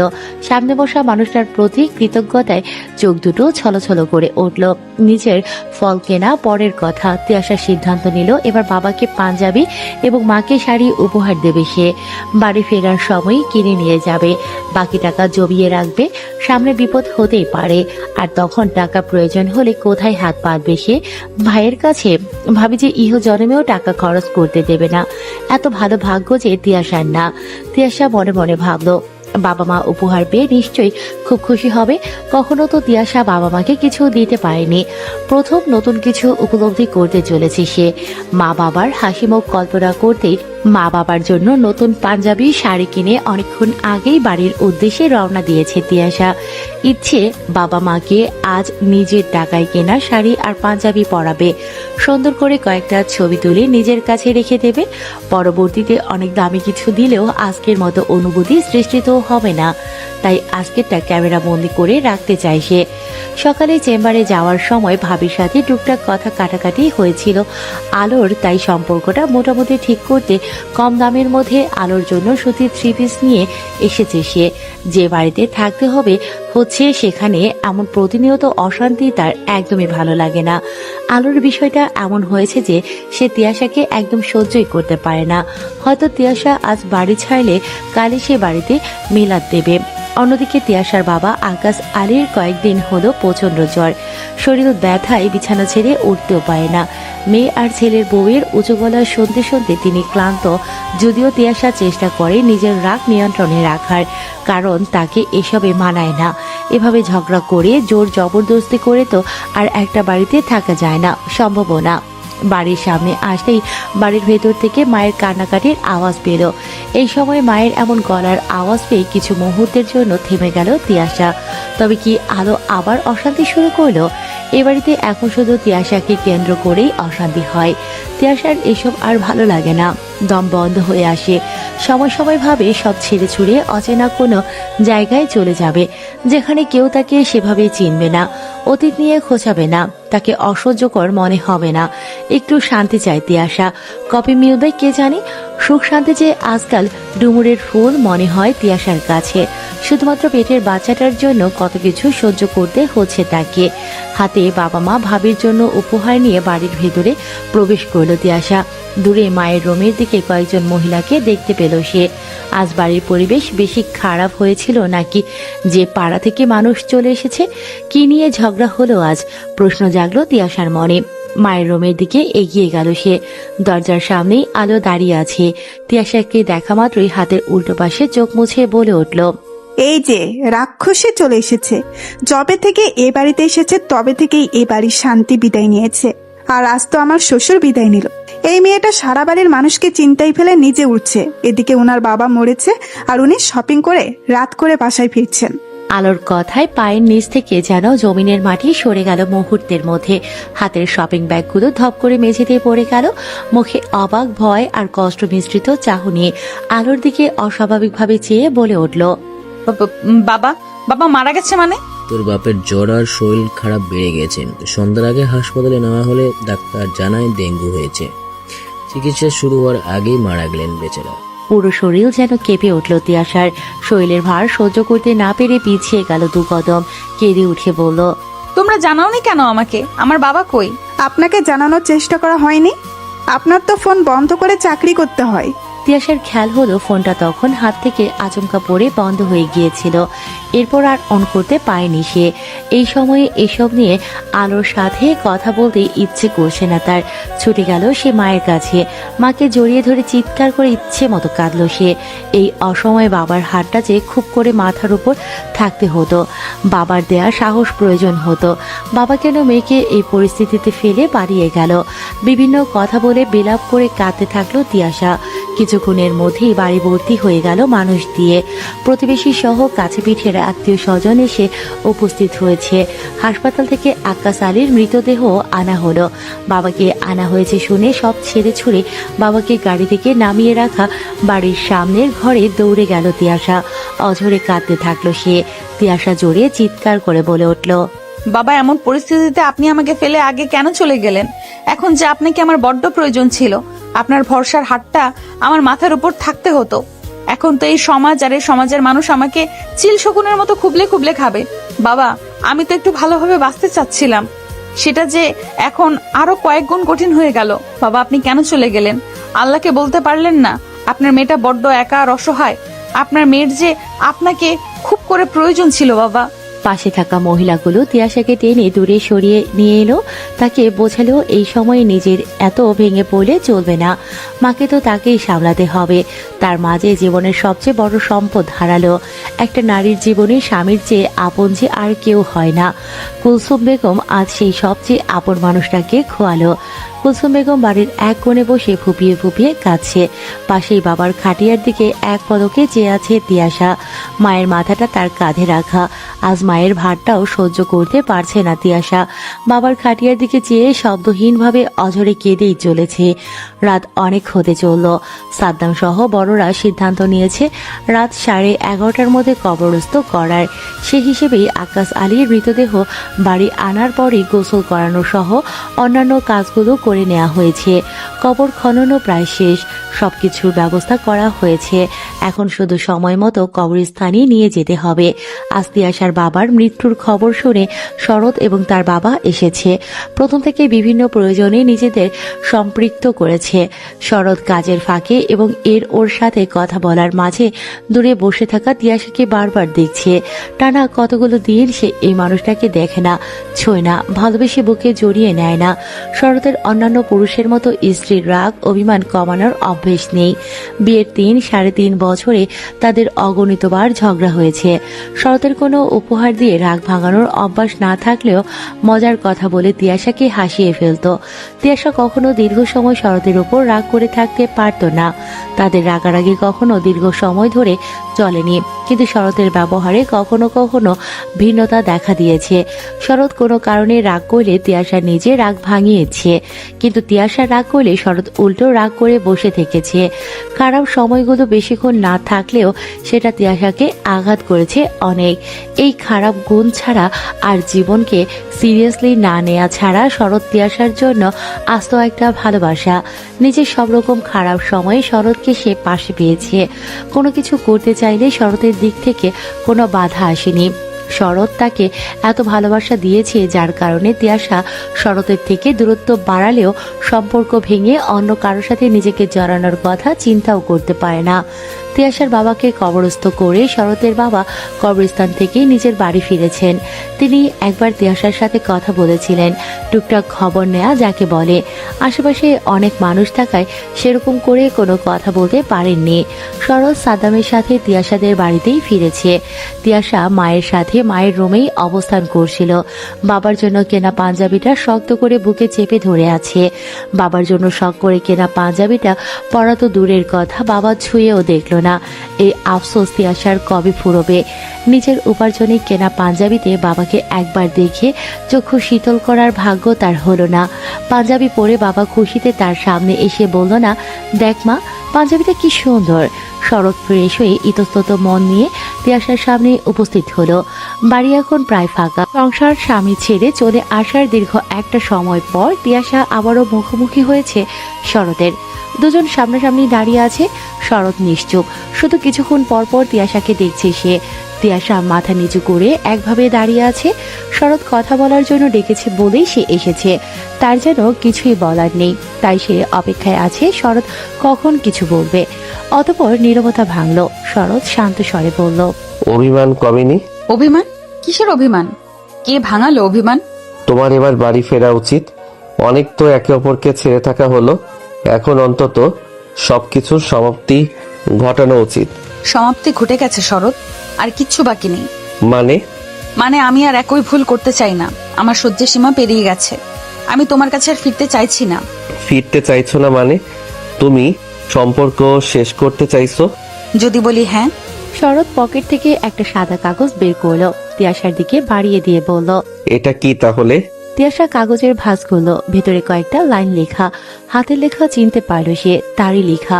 সেদিন বাড়ি থেকে চলে আসার সময় শরতের উদ্দেশ্যে কয়েকটা লাইন লিখে দরজার নিচ দিয়ে ভেতরে রেখে দিয়ে এসেছিল সে। বিড়বিড় করে লেখাগুলো পড়ার চেষ্টা করলো সে। শরৎ, আমাকে বাধ্য করলে তোমাকে ছেড়ে যেতে। আমাকে একটুখানি ভালো তুমি রাখতেই পারতে। কতটা ভালোবাসলে একটা মেয়ে নিজের শখ আহ্লাদ ভুলে অভাবকে সঙ্গী করে ভালোবাসার মানুষের সাথে থাকে, সেটা নিশ্চয়ই তোমাকে আর বোঝাতে হবে না। তুমি যদি আমাকে ছাড়া ভালো থাকো তবে তাই হোক, তুমি অন্যভাবে অন্য কাউকে নিয়ে ভালো থেকো, কিন্তু আমাকে ডিভোর্সের কাগজ পাঠিও না। আমার জীবনে আমি আর কোনোদিন অন্য পুরুষকে জায়গা দিতে পারবো না। আমার নামের সাথে সারা জীবন তোমার নামটা অন্তত জুড়ে থাকুক। সম্পর্ক ভালোবাসা না হয় নাই থাকলো, আমি জানি তোমার মতো করে আমাকে আর কেউই ভালোবাসতে পারবে না, তাই আমার আর কাউকেই চাই না। এটার জের ধরে আমাকে নিতে এসেছো? তোমাকে দেখে আমার এখন এটা বলতে একটু দ্বিধা নেই যে এটা আমার অতীত, এটা আমার নির্বুদ্ধিতা। এগুলো মিথ্যে বলছো। এখন সেটাই দাঁড়ায়। আমি যেমন বেশি বেতনের জব করছি না বলে তুমি নিজেকে ভালো রাখতে চলে এসেছো, সেরকম তোমার উপর আমারও অভিমান হতে পারে। এটা কেন বোঝনি? কখনো আমাদের ঝগড়া হলে তুমি নিজেই সব ঠিক করে নিতে, আর এবার নিজেই সব ছেড়ে ছুড়ে চলে এলে। তুমি ভালো করে জানো আমি রাগ ভাঙাতে পারি না। এতদিন তো এভাবেই মানিয়ে নিয়ে চলেছ, এখন কেন এমন করছো? এই সময়গুলো আমার কেমন কেটেছে জানো তুমি? আমার ভেতরে এমন ইগো তৈরি হয়েছে যে আমি তোমাকে ছাড়া মরে যাচ্ছি, কিন্তু আমার ইগো তোমাকে কাছে টানতে দিচ্ছে না। আমি নিয়ম করে প্রতিদিন রাস্তায় দাঁড়িয়ে থাকি তোমাকে দেখার জন্য, অথচ কাছে এসে অধিকার দেখিয়ে বলতে পারি না অনেক হয়েছে, এবার বাড়ি ফিরে চলো। তোমাকে ছাড়া আমার আর চলছে না। তুমি আবার আগের মতো আমাকে ভালোবাসো, আমি প্রমিস করছি তোমাকে এবার থেকে ভালো রাখার দায়িত্ব নেব। শরতের গলা যেন এবার ভেঙে এলো, মাথা নিচু করে ফের বলল, টিয়া, তুমি তো বলতে তুমি ছাড়া আমাকে আর কেউ ভালোবাসতে পারবে না, ভালো রাখতে পারবে না। তুমি ছাড়া আমার কেউ নেই, তাহলে তুমি কেন আমাকে একা করে দিতে চাইছো? তুমি প্লিজ আমার সাথে ফিরে চলো। আমি জানি আমি ভুল করেছি, শেষবারের মতো আমাকে মাফ করে দাও প্লিজ। বিশ্বাস করো, আমি ভালো জব করব। তুমি যদি আমাকে ফিরিয়ে নেওয়ার কথা ভাবতে, আমাকে ভালোবাসতে, তাহলে আজ এসে বলতে না যে তুমি জব করবে। আমি চলে আসার পর বেশ কিছু সময় চলে গিয়েছে, এতদিনই নিজের কোনো ব্যবস্থা নিজে করে নিতে, শখের বাইক বিক্রি করতে হতো না। ও, ওটা তো আমি তোমার উপর রাগ করে বিক্রি করে দিয়েছি। আমার সত্যি অনেক ভুল হয়ে গেছে টিয়া। আমার উপর রাগ করে বাইকটা বিক্রি করে দিলে, অথচ আমাদের বাবু হলে তাকে সামনে বসিয়ে আমাদের কত কত জায়গায় বেড়ানোর প্ল্যান ছিল। আর সবচেয়ে বড় কথা, আমি তোমার কুড়মি আর অতিরিক্ত রাগের কারণেই ছেড়ে এসেছি। তোমার যখন রাগ হয় তখন আমি তোমাকে চিনতে পারি না শরৎ। তোমার সামনে গলার আওয়াজ বের হতে চায় না আমার। আমি তোমাকে ভীষণ ভয় পাই। এখন রাগে তোমাকে ছেড়ে আসার সময় আমাকে আটকে রাখার প্রয়োজন মনে করনি। বাইক বিক্রি করে ছাড়ার পরবর্তীতে বাড়ি বা টাকা শেষ করবে না তার কি গ্যারান্টি আছে? আমি চলে এসেছি শরৎ, আবার সেই অনিশ্চয়তার মধ্যে ফিরে যেতে চাই না। একদম বাতিলের খাতায় ফেলে দিচ্ছ তাহলে আমায়? অন্য কারোর সাথে ভালো থাকতে পারবে আমাকে ভুলে? এতদিন ভাবতাম তুমি আমাকে এত ভালোবেসেছো যার দরুন আমি অন্য কোনো পুরুষকে হৃদয়ে স্থান দিতে পারবো না। তবে আজ মনে হচ্ছে তোমার দেওয়া ভালোবাসা নামক আতঙ্কে আমি এতই জর্জরিত যে অন্য কোনো পুরুষকে ভালোবাসার সাহস আমি করতে পারবো না। বড় মা সবসময় বলতো আমার স্বভাব খারাপ, এমন থাকলে আমি কাউকে নিজের করে রাখতে পারবো না। কেউ আমার এই আচরণের পাশে সারা জীবন থাকবে না। তবুও আমি নিজেকে বদলাতে পারিনি। আজ বড় মার কথা সত্যি হতে চলেছে। আমার ভালোবাসার মানুষ আমাকে আজ ছাড়তে প্রস্তুত। সে আমাকে আর ভালোবাসে না। তিয়াশা কিছুক্ষণ চুপ রইল। শরৎ নিজেও চুপ, তবে নজর তিয়াশার উপরে। মানুষের অনেক পরিবর্তন হয়েছে, শরীরের ওজন বেড়েছে, পেটে তাদের সন্তানের উপস্থিতি জানান দিয়েছে। তিয়াশার মাঝে কেমন মামা ভাবও চলে এসেছে। পরনের পোশাকের পরিবর্তন হয়েছে। মানুষটাকে একবার জড়িয়ে ধরতে বড্ড ইচ্ছে করছে শরতের। প্রয়োজনে তার পা ধরে মাপ চেয়ে হলেও তাকে নিজের কাছে ফিরিয়ে নিয়ে যেতে মনটা আনচান করছে, বলতে ইচ্ছে করছে, টিয়া ফিরে চলো। এই বুকে অনেক দিন তুমি মাথা রেখে ঘুমাও না, অনেক অনেক গল্প করো না। আমি বাড়িতে গেলে কেউ দরজা খুলে মুচকি হাসে না। আমি 3 বছর ভুল করার শাস্তি 3 মাসে পেয়ে গেছি। তোমাকে ছাড়া আমার যে আর সত্যি চলছে না। তুমি যেমন আমাকে ছাড়া থাকতে পারতে না, এখন আমি তোমাকে ছাড়া থাকতে পারছি না। কিছু বলতে পারল না শরৎ। পূর্বের মতোই মৌন রইল সে। তিয়াশা রুষ্ট ভাবেই বলল, আমি বুঝি না যে তুমি ঢাকায় পড়াশোনাকালীন নাকি কোন কোন দিন বাবার থেকে টাকা নিয়ে দিনে 20-30 এমনকি 40,000 টাকা খরচ করতে, আর সেই তুমি 40,000 টাকার 4,000 টাকায় কিভাবে চলতে পারো? তুমি তো আমার পরিবর্তন চেয়েছিলে। এই পরিবর্তন অন্তত তোমার না হতো, তাহলে হয়তো টাকা খরচ করার জন্য হলেও অনেক অনেক উপার্জন করার ইচ্ছে শক্তি তোমার মাঝে আসতো, আর আমিও একটু ভালো থাকতাম। তোমার বাবার যখন জব ছিল, মাসে মোটা অঙ্কের টাকা আসতো, তখন তুমি পড়াশোনা করতে আর ইচ্ছে মতো উড়াতে। এখন তোমার বাবা রিটায়ার্ড পার্সন, তুমি নিজেও বিয়ে করেছো, তোমার কাঁধে সংসারের দায়িত্ব ছিল। 3টে বছর পেরিয়েছে ভালোবাসা প্রমাণ করার, সেটা তুমি পারোনি। তুমি আমাকে 2-3 মাস আগেও ভুলিয়ে ভালিয়ে তোমার কাছে নিয়ে যেতে পারতে, বলতে পারতে তুমি এখন থেকে চেষ্টা করবে, তুমি সেটা করোনি। এই সময়টায় তিয়াশা নামের মেয়েটা অনেক পরিবর্তন হয়েছে। সে এখন ভালোবাসা নয়, ভালো থাকতে চায়। মেয়েটা বড্ড স্বার্থপর হয়েছে। সে এখন শুধু নিজের অনাগত সন্তান আর ক্যারিয়ার নিয়ে ভাবছে। তার এখন অনেক টাকার প্রয়োজন, ঠিক তত টাকা যত টাকা হলে নারী হয়েও কারোর উপর নির্ভর করতে হবে না। যখন যে খাবার দেখব সেটা এক তুড়িতে নিজের খাবার করে সামনে আনতে পারবো। যখন যে খাবার পছন্দ হবে এক নিমেষেই সেটা গায়ে তুলতে পারবো। আমার মনে হয় তুমি সেটা আমাকে দিতে পারবে না। আমি নিজেই নিজের দায়িত্ব নিয়েছি নিজেকে ভালো রাখার, তোমাকে ছাড়া ভালো থাকবো। তিয়াশার সেই নরম মনটা আর নেই। সে বুঝে গেছে যে পুরুষ তাকে ছাড়া 2-3 মাসের বেশি থাকতে পেরেছে, সেই পুরুষ তাকে ছাড়া সারা জীবন থাকতে পারবে। তাছাড়া তুমি আমাকে কোনোদিন এক মুহূর্তের জন্য বোঝাওনি যে তুমি আমাকে ছাড়া থাকতে পারবে না। আমি সবসময় বলেছি, বুঝিয়েছি, তুমি কানে তোলনি। এখন আমি সত্যিই তোমাকে ছাড়া ভালো আছি। আমার দুশ্চিন্তায় দিনরাত পার করতে হয় না। শরৎ বিস্মিত চোখে তিয়াশার দিকে তাকালো। এই কয়েকদিনে একটা মানুষ ভালোবাসা ভুলে দুনিয়া এত বেশি চিনে গেল, যার কথা না ভেবে এক মুহূর্ত চলতো না, তাকে বাতিলের খাতায় ছুঁড়ে ফেলে নিজেকে নিয়ে এত বিভোর হলো। সে বিস্ময়ের সাথেই শুধালো, তবে কি তুমি এখন ডিভোর্স চাইছো? আমি আসলে আমাকে আর আমার সন্তানের ভালো থাকা ছাড়া কিছুই চাই না।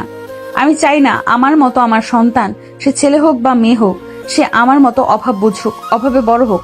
আমি চাই তার সব শখ আহ্লাদ পূরণ করতে, যেটা তোমার সাথে থাকাকালীন হয়তো সম্ভব হয় না, সম্ভব না। আমি তোমার মাঝে আমাদের ভালো রাখার সেই জিদটা দেখিনি, দেখছিও না। আমি আবার একই সমুদ্রে ডুবে মরতে চাই না। আমি এবার বাঁচার মতো বাঁচতে চাই। তিয়া, ভেবে দেখো একটু, তোমার বাবাও এখন আর বেঁচে নেই। তার সুযোগ নিতে এসেছো? কি ভেবেছিলে বাবা মারা গেছে, মাথার উপরে ছায়াটা সরে গেছে, আর এখন তুমি বললেই তোমার সাথে আবার সেই দমবন্ধকর পরিবেশে ফিরে যাব? সরি শরৎ, আমি চাই তুমি নিজের পরিবর্তন করো। তুমিও বোঝো, কাউকে ভালোবাসলে তাকে ভালো রাখার দায়িত্ব আগে নিতে হয়। আমার তখন ইচ্ছে করে জনে জনে বলতে যে বেকার ছেলের সাথে কেউ মেয়ে বিয়ে দেবেন না। সব মেয়ের বলতে ইচ্ছে করে, প্রেমিক তোমাকে ভালো রাখার দায়িত্ব নিতে না জানা অবধি তাকে বিয়ে করো না। অলস ছেলের থেকে 100 হাত দূরে থাকবে, এরা তোমার জীবন শেষ করে দিবে। তুমি তোমার জন্য এবার বাঁচতে শেখো শরৎ। আমি যেমন শিখেছি, আমি তোমাকে ভালোবাসি, অনেক ভালোবাসি। এটা যেমন সত্যি, সেরকম এটাও সত্যি। আমি ভালো থাকতে চাই, আমি আমাকেও ভালোবাসি। যদি আমাদের দুজনের একসাথে থাকা লেখা থাকে, তবে হয়তো কখনো আমরা এক হব। তবে এখন আমি ফিরবো না আমি। শরৎ আর কিছু বলার সাহস পেল না। গোটা কয়েকদিনের মধ্যে এত পরিবর্তন হওয়া তিয়াশার দিকে নীরব চোখে শুধু চেয়ে রইল। তিয়াশা বাবা মারা যাওয়ার পর মাকে সামলাতে, সংসারটা সামলাতে কয়েকদিন ছুটি নিয়েছে কাজ থেকে। নিজের জায়গায় বসিয়ে দিয়েছে অন্য কাউকে। মা একদম নিশ্চুপ, শান্ত নদীর মতো থাকছে সব সময়। এক পলকে আকাশ আলীর চেয়ারের দিকে চেয়ে থাকে, আর কিছুক্ষণ পরপর কেঁদে ওঠে। তিয়াশার নিজেরও শরীরটা ভালো যাচ্ছে না, নড়াচড়ায় প্রচন্ড সমস্যা হচ্ছে ইদানিং। 5 মিনিট একটানা হাঁটতেও পারে না, শরীর অতিরিক্ত দুর্বলের কারণে। এদিকে আলোর ব্যবহার দিনকে দিন খারাপ হচ্ছে। তিয়াশা বেশ বুঝতে পারছে তার এ বাড়িতে থাকার আয়ু শেষ হতে চলেছে। সকালে তিয়াশা নামাজ শেষ করে বসে বসে দোয়া দুরুদ পাঠ করছিল। আলো এসে জানালো তার শরীরটা ভালো লাগছে না। আজকের নাস্তাটা যেন কুলসুম বেগম অথবা তিয়াশা নিজে বানায়। তিয়াশা কোনো কথা বলো না। সে সব সময় চেষ্টা করে সংসারের টুকিটাকি কাজ করার, যতই নিজের বাবার বাড়ি হোক। সংসার তো তার ভাইয়ের, এখানে শুয়ে বসে তো আর খাওয়া যাবে না, উচিত হবে না। আলো চলে যেতে তিয়াশা পেছন ফিরে মায়ের দিকে তাকালো। রাত থেকে কুলসুম বেগমের গায়ে জ্বর, শরীরের তাপমাত্রা অনেক বেশি। এক রাতেই শরীর যেন অতিরিক্ত দুর্বল হয়ে পড়েছে। মাকে না ডেকে উঠে দাঁড়ালো সে। ধীর পায়ে চলে গেল রান্নাঘরের দিকে। 8টার মধ্যে একা হাতে রুটি, ডিম ভাজি আর আলু ভাজি নাস্তার জন্য তৈরি করে ফেললো। একা হাতে সবকিছু করায় একটু বেশি সময় লাগলো তার। খাবার টেবিলে সবকিছু গুছিয়ে রেখে নিজের রুমে গিয়ে একটু পিঠ টান করার কথা ভাবলো সে। অনেকক্ষণ দাঁড়িয়ে রান্না করায় খুব খারাপ লাগছে তার। নিজের রুমের দিকে পা বাড়াতেই পেছন থেকে আলোর গলা পেল। এই, নাস্তা বানাতে এত সময় লাগলো? এতদিন সংসারটা করেছিলে কিভাবে? তিয়াশা দাঁতে দাঁত চেপে চোখ বন্ধ করে কিছুক্ষণ দাঁড়িয়ে রইল, তারপরই পেছনে ফিরে পড়ল। আপনার ঠিক কি ক্ষতি আমি করেছি বলেন তো ভাবি? না মানে আপনার ভাগের কিছু কেড়ে নিয়েছি আমি? এত চক্ষুশূল কেন আমি আপনার? ভ্রু কুঁচকে ফেলল আলো। তিয়াশার কাছ থেকে এমন জবাব সে মোটেও আশা করেনি। ভেবেছিল অন্যান্য দিনের মতোই চুপচাপ এড়িয়ে যাবে তাকে। আজ তার ভিন্নতা দেখে গা যেন জ্বলে উঠল তার। আলো চেতে উঠে বলল, আমার সংসারে খাচ্ছ, থাকছো, আর আমার মুখের উপর কথা বলছো? সেই সকালে বলেছি নাস্তা করতে, সামান্য এই নাস্তা বানাতে দুপুর হয়ে গেল, আর সেটাও আমি বলতে পারবো না? সত্য কথা বললে গায়ে লাগে, তাই না? আলোর চেঁচামেচিতে সাদ্দাম এবং কুলসুম বেগম বেরিয়ে এলো নিজ নিজ রুম থেকে। সাদ্দাম জানতে চাইল, কি হয়েছে এখানে? তোমার বোনের মুখে বুলি ফুটেছে। এরকম ব্যবহারই হয়তো শরতের সাথে করতো। এই কারণেই শরৎ ওকে ভালো রাখার জন্য চাকরি বাকরি করে নাই। যে মেয়ের ব্যবহার এমন, তার সাথে কে থাকতে চাইবে? শরৎকে বলো ওকে নিয়ে যেতে, বা তোমার বোনকে বলো নিজের ব্যবস্থা নিজে করে নিতে। একই বাড়িতে ওর সাথে আমি কিছুতেই থাকতে পারবো না। তোমার বোন এই বাড়িতে থাকবে, নয়তো আমি। অশান্তিতে আমি কিছুতেই থাকবো না, বলে দিলাম। কি হয়েছে বলতো? তিয়াশা ভাইয়ের মুখের দিকে চেয়ে তার সংসারের কথা ভেবে বলে উঠল, তোর এইসবে আসতে হবে না, এগুলো বাড়ির ভেতরকার ব্যাপার। আমার ভুল হয়েছে, ভুল বলেছি, তাই ভাবি রাগ করেছে, সব ঠিক হয়ে যাবে, তুই এইসব নিয়ে এত ভাবিস না। কুলসুম বেগম দেয়ালে হাত রেখে দাঁড়িয়ে আছে। ঘুমে যেন চোখ জড়িয়ে আসছে তার। কারো কথা যেন ঠিকমতো বুঝতে পারছেন না তিনি, শুধু মুখের দিকে চুপচাপ তাকিয়ে আছে। সাদ্দাম আলোকে উদ্দেশ্য করে বলল, আমি অন্ধ বা বয়রা নই, আমি চোখেও দেখি আর কানেও শুনি। আমার বোন শখে এখানে এসে পরে বয় রয়নি, বিপদে এখন সে। আমি তার আপন বড় ভাই, বাবা চলে গেছে, এখন আমি ওর অভিভাবক। আমার বোনের এখন একটা বয়স সময় কাটছে, এই সময় আমার মা নিজেই তোমাকে কাজ করতে দেয়নি, আর তুমি তার মেয়েকে দিয়ে কাজ করাতে উঠে পড়ে লেগেছ। এই অবস্থায় বাড়ি ছেড়ে চলে যেতে বলছো? তুমি আসল কি? ওকে এভাবে হেনস্থা করা আর বাড়ি থেকে বের করে দেওয়ার তুমি কি? তুমি কি এখন তোমার এই ঘর ভাঙনি বোনের সামনে আমাকে অপমান করবে? মাইন্ড ওর ল্যাঙ্গুয়েজ। আলো, তুমি আমার বোনকে অপমান করে কথা বললে, আর সামনে আমি তোমাকে অপমান করতে কেন ভাববো? তুমি আমার বাবা মা বোনকে ভালোবাসলে আমি তোমাকে মাথায় করে রাখলাম, তুমি সেটা করলে না। আমি বুঝতে পারছি না তিয়াসার সাথে তোমার সমস্যাটা কি। এই যে যেগুলো করছো এর ফল খুব একটা সুখকর হবে না। আলো, কিছু কিছু মানুষকে শুধু এটা বলতে ইচ্ছে হয় যে আমার সাথে যা করতেছেন সেসব আপনার সাথেও হোক। তুমি কি আমাকে অভিশাপ দিচ্ছ? খাটিয়ে দুটো দিলে অভিশাপ বেরিয়ে যাবে। বাবার বাড়িতে আছি, ভাইয়ের বাড়িতে না, যে আপনার সংসারের শান্তি দেখতে গিয়ে আপনি যা বলবেন, আমার সাথে যা করবেন সব মেনে নিয়ে চুপ করে থাকবো। আপনার যেহেতু শান্তিতে থাকার ইচ্ছে নেই, সেহেতু আমারও রাখার ইচ্ছে নেই। এরপর থেকে কথা বললে ভেবেচিন্তে কথা বলতে আসবে। আপনি কে? আপনার সাথে কি ভেবেচিন্তে বলতে হবে? গা ধাক্কা দিয়ে বাড়ি থেকে বের করে দেবো একদম। যেখান থেকে এসেছো সেখানে ফিরে যাও। জ্ঞানে লোকের সাথে কথা বলা যায়, কোনো গর্ধবের সাথে না। কথাটা বিড়বিড় করে বলে তিয়াশা প্রস্থান করলো। সে জানে এখানে কথা বাড়ালে আলো আরো বেশি করে সুযোগ পেয়ে যাবে অশান্তি করার, যা তিয়াশা চায় না। এমনিতেই তো মানসিক অশান্তি তার কম নেই। কুসুমও নিজেই ধীর পায়ে নিজের ঘরের দিকে রওনা দিলেন। পৌঁছানোর আগেই কানে এলো আলো সাদ্দামকে বলছে, তোমার বোন এই বাড়িতে থাকলে আমি থাকবো না, প্রয়োজনে বাপের বাড়ি গিয়ে থাকবো, নয়তো সংসার আলাদা করো। আমি তোমার মা আর বোনকে 3 বেলা রেতে পেরে খাওয়াতে পারবো না। বিয়ে করে বউ এনেছো, কাজের মানুষ আনোনি। তাছাড়া তোমার বোন চাকরি করে, 1 টাকা কি সংসারে দেয় যে আমি তাকে মাথায় করে রাখবো? পারবো না আমি এসব। আমার হারানোর আর কিছু নেই। যাকে জীবনের মানে জেনেছিলাম তাকেই আমি আজ অবহেলায় হারিয়ে ফেলেছি। সত্যি তো তাকে আমি বিয়ের এতগুলো বছরে কি দিতে পেরেছি? সে কখনো জিদ করে অন্যান্য মেয়েদের মতো কিছু চাইনি আমার কাছে, কখনোই চাইনি। তাই বলে আমিও সেটা অভ্যস্ত হয়ে গেলাম। নিজে থেকে তাকে ভালো রাখার চেষ্টা করলাম না। অন্যদের বউ তো মাসে নিজের রূপচর্চা আর পোশাকের পিছনেই 20-30 হাজার টাকা খরচ করে, আর আমি সেখানে 4-5 হাজার টাকায় সংসার চালাচ্ছিলাম। কি কাপুরুষ আমি! মামির কাছে কথাগুলো বলে মাথা নিচু করে বসে রইল শরৎ। আজ সে নানা বাড়ি গিয়েছে জমি বিক্রি করার টাকা আনতে। মা মারা যাওয়ার পরও মায়ের বেশ কিছু অংশ পেয়েছে সে, সেটাই বিক্রি করে 8,50,000 টাকার মতো পেয়েছে সে। আরও কিছু মাঠের জমি পড়ে আছে, কাগজে কিছু সমস্যা থাকায় সেটা বিক্রি করা সম্ভব হয়নি। যেটুকু বিক্রি করতে পেরেছিল সেটুকুই আজ রেজিস্ট্রি হয়েছে। নিজের মামাই জমি কিনে নিয়েছে ভাগ্নের কাছ থেকে। শরতের কথার পরিপ্রেক্ষিতে তার মামি আনোয়ারা বেগম বলে উঠল, মেয়েটা কয়েকবার এসেছিল, তাতেই বুঝেছিলাম কত সংসারী আর গুণবতী মেয়ে সে। ঠান্ডা স্বভাবের, সব বিষয়ে তোমার উপর নির্ভর করতে চাইতো। সামান্য সেই দিন তোমার আপু যখন তাকে দেখে বকশিশ দিচ্ছিল, আমি খেয়াল করেছিলাম। তুমি ইশারায় অনুমতি দিয়েছিলে, তারপর মেয়েটা সেই বকশিশ নিয়েছিল। যে কয়েকবার এসেছিল আমার হাতে হাতে রান্না বাড়ায় কত সাহায্য করেছে। কথাবার্তা মায়া আছে, এমন একটা মেয়েকে তুমি হারিয়ে যেতে দিও না। তোমার কিন্তু এই দুনিয়ায় আপন বলতে সে ছাড়া কেউ নেই। নিজের ভালো একটু বোঝো। বাবা বলো, মামা বলো, 2-1 দিন তাদের পাবে, কিন্তু স্ত্রী কিন্তু আজীবনের সাথী। মেয়েটার বাচ্চা পেটে, এই সময় তোমার তার সবচেয়ে বেশি প্রয়োজন ছিল, অথচ তুমি বড় একটা ভুল করে বসে আছো। সে কিন্তু তোমার সাথে ভালো থাকতে চেয়েছে, তোমাকে ছেড়ে অন্য কারোর সাথে না। মেয়েদের কিন্তু অপশনের অভাব হয় না।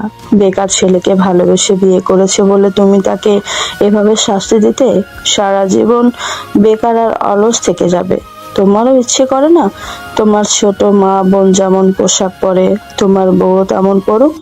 তোমার ছোট মা বোন যেমন গয়না পরে খাওয়া দাওয়া করে, সেরকম তোমার বউ করুক। বউকে ভালো রাখতে না পারলে কেমন স্বামী হলে বলো তো? তিনি থেমে আবার বললেন, আসল কথা হচ্ছে তুমি ছোট থেকে সবার বেশি বেশি ভালোবাসা মানুষ হয়েছ। অভাব কি, পরিশ্রম কি, টাকা কিভাবে উপার্জন করতে হয়, কাউকে কিভাবে ভালো রাখতে হয়, দায়িত্ব নিতে হয়, এসব তুমি জানো না। যখন সংসারের বাইরে নিজের হাত খরচের টাকা লাগে তখন বাবার থেকে টুকটাক নাও বা দোকান থেকেই নাও, অথচ একবার ভেবে দেখো না যে তিয়াশারও শখ আহ্লাদ আছে, তারও কিছু প্রয়োজন হতে পারে। তিয়াশা রাগ করে চলে যাওয়ার পর আমি বুঝতে পারছি সবই। মামি, ওর বাবা মারা যাওয়ার দিন আমি ওকে ফিরিয়ে আনতে চেয়েছিলাম, কারণ ওর ভাবি আগে থেকে ওকে পছন্দ করে না। এখন তো তিয়াশার বাবাও বেঁচে নেই, না জানি ওর সাথে কি কি করছে। আমি হয়তো জেনে না জেনে তিয়াশাকে অনেক কষ্ট দিয়েছি, কিন্তু বাহিরের কেউ ওকে কষ্ট দিলে, খারাপ ব্যবহার করলে আমি সহ্য করতে পারি না। আমার ছোট মা আর বোনের সাথে আমার এখন সম্পর্ক নেই কেন বলেন তো? ওরা আমার তিয়াশাকে ভালোবাসেনি, মেনে নেয়নি বলেই আমি ওদের ত্যাগ করেছি। সেদিন তিয়াশাকে আনতে গিয়ে বলতে পারিনি। আমি নিজেকে শুধরে নেওয়ার চেষ্টা করছি। আমার কাছে আমার জায়গা বিক্রি করা যে 5 লাখ টাকা ছিল, সেটা আমি কাজে লাগিয়েছি।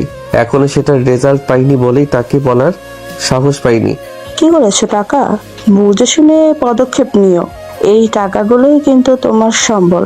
আমার বন্ধু স্বর্ণ রৌপ্যের ব্যবসা আছে। ও মাস 6 আগে বলেছিল রূপা কিনে রাখতে। এসবের দাম নাকি কখনোই কমবে না। তখন আমি সেটা কিনে রাখবো বলে সিদ্ধান্ত নিয়েছিলাম। তখন তিয়াশা টাকা লস যাওয়ার ভয়ে আমাকে করতে দেয়নি। এখন যেহেতু কোনো পিছুটান নেই, হয়তো জিতবো নয়তো মরবো এমন অবস্থা, তাই 5 লাখ টাকা বিজনেসের জন্য দিয়েছি। বন্ধু গতকাল জানালো সামনের সপ্তাহ থেকে রূপার দাম অনেকটা বেড়ে যাবে, তাই মামার কাছে থেকে টাকা নিতে এসেছি। এই পুরো টাকার আবার কিছু রূপা কিনে রাখবো আর লাখখানেক টাকা রেখে দেব। তিয়াশার কখন কোন বিপদ হয় বলা তো যায় না। আগে না হয় ওর বাবা ছিল, এখন আমি ছাড়া আর কে আছে? যতই রাগ অভিমান হোক, আমি তো আর ওকে ছাড়তে পারবো না। আমি জানি ও মুখে মুখে যাই বলুক না কেন, ও নিজেও আমাকে ছাড়বে না। এই সুবুদ্ধি যদি আগে হতো তাহলে মেয়েটা এই কয়েক মাস আর তোকে ছাড়া কষ্ট থাকতো না। তাড়াতাড়ি দুজন সব মিটিয়ে নে। নেব আমি, সব ঠিক করে নেব। ওকে ভালো রাখার দায়িত্বে এবার আমিও এক চুলো ছাড় দেব না। আমি এবার ভালো স্বামী হয়ে দেখিয়ে দেব। ও যেন বলতে পারে এই পৃথিবীতে আমার মতো ও আর কাউকে পাবে না। আমি তার জন্য একদম পারফেক্ট। শরৎ নানা বাড়ির জায়গা বিক্রি করে মোটামুটি ভালো একটা অঙ্কের টাকা পেয়েছে, সেটা জানতে পারলো তার বাবা। রাতে শরতের মামা ফোন করে জানিয়েছে, কারণ শরতের অনেক আগে থেকে উল্টোপাল্টা জায়গায় টাকা খরচ করার অভ্যাস আছে। সকাল হতে না হতেই শরতের বাবা শমশের সাহেব। সকাল 8টা। শরৎ আজ থেকে বন্ধুর সাথে দোকানে বসবে। যেহেতু সব মিলিয়ে ভালো একটা টাকা ব্যবসায় দিচ্ছে, সুতরাং তার নিজেরও টুকটাক একটু দোকানে খেয়াল রাখা প্রয়োজন। সকালে ঘুম থেকে উঠে নিজের জন্য নাস্তা তৈরি করছিল সে। এই সময় বড্ড মনে পড়ছিল তিয়াশাকে। সে সকাল সকাল সব নাস্তা বানিয়ে 9টার দিকে শরৎকে ঘুম থেকে ডেকে তুলত। তবু শরৎকে ডাকতে তার কত ভয় ছিল। বেশিরভাগ দিনই তো ঘুম থেকে ঢাকায় কড়া মেজাজ দেখতে হতো তাকে। শরৎ চুলা বন্ধ করতেই কলিং বেল বেজে উঠল। রান্নাঘর থেকে রুটি আর আলু ভাজি নিয়ে টেবিলে রাখলো সে। অনেক আগে থেকে পড়াশোনার জন্য বাহিরে ছিল, তখনই প্রায় সব রান্না নিজের সুবিধার্থে শিখে নিয়েছিল সে। তাই এখন নিজের জন্য রান্না করতে খুব একটা বেগ পোহাতে হয় না তার। তাড়াতাড়ি করে গিয়ে দরজা খুলে দিল শরৎ। বাহিরে বাবাকে দাঁড়িয়ে থাকতে দেখে কিঞ্চিত অবাক হলো। এত সকালে তো ওনার বাসা থেকে বের হওয়ার কথা না, কারণ ছোট মা এখনো বাসায়, আর তার বউ বাসা থাকাকালীন শমশের সাহেব ছেলের কাছে আসবেন সেটা অভাবনীয়। শরৎ বাবাকে ভেতরে নিয়ে দরজা আটকে দিল। ডাইনিং এর দিকে যেতে যেতে জিজ্ঞেস করলো, এত সকালে আপনি খেয়েছেন কিছু? হ্যাঁ, তোমার মা নাস্তা বানিয়েছে, তুমি খেয়েছো কিছু? সে খবর আর রাখে কে? নাস্তা বানিয়েছি, খেতে বসবো। শমশের সাহেব সিঙ্গেল সোফাটায় গিয়ে বসলেন। শরৎ হাত ধুয়ে এসে খেতে বসলো, যদিও বাবাকে একবার বলল খাওয়ার কথা, কিন্তু শমশের সাহেব না করলেন। শরৎ আর কিছু না বলে নাস্তায় মন দিল। শমশের সাহেব ইতস্তত করতে করতে বললেন, একটা কথা বলা ছিল তোমাকে।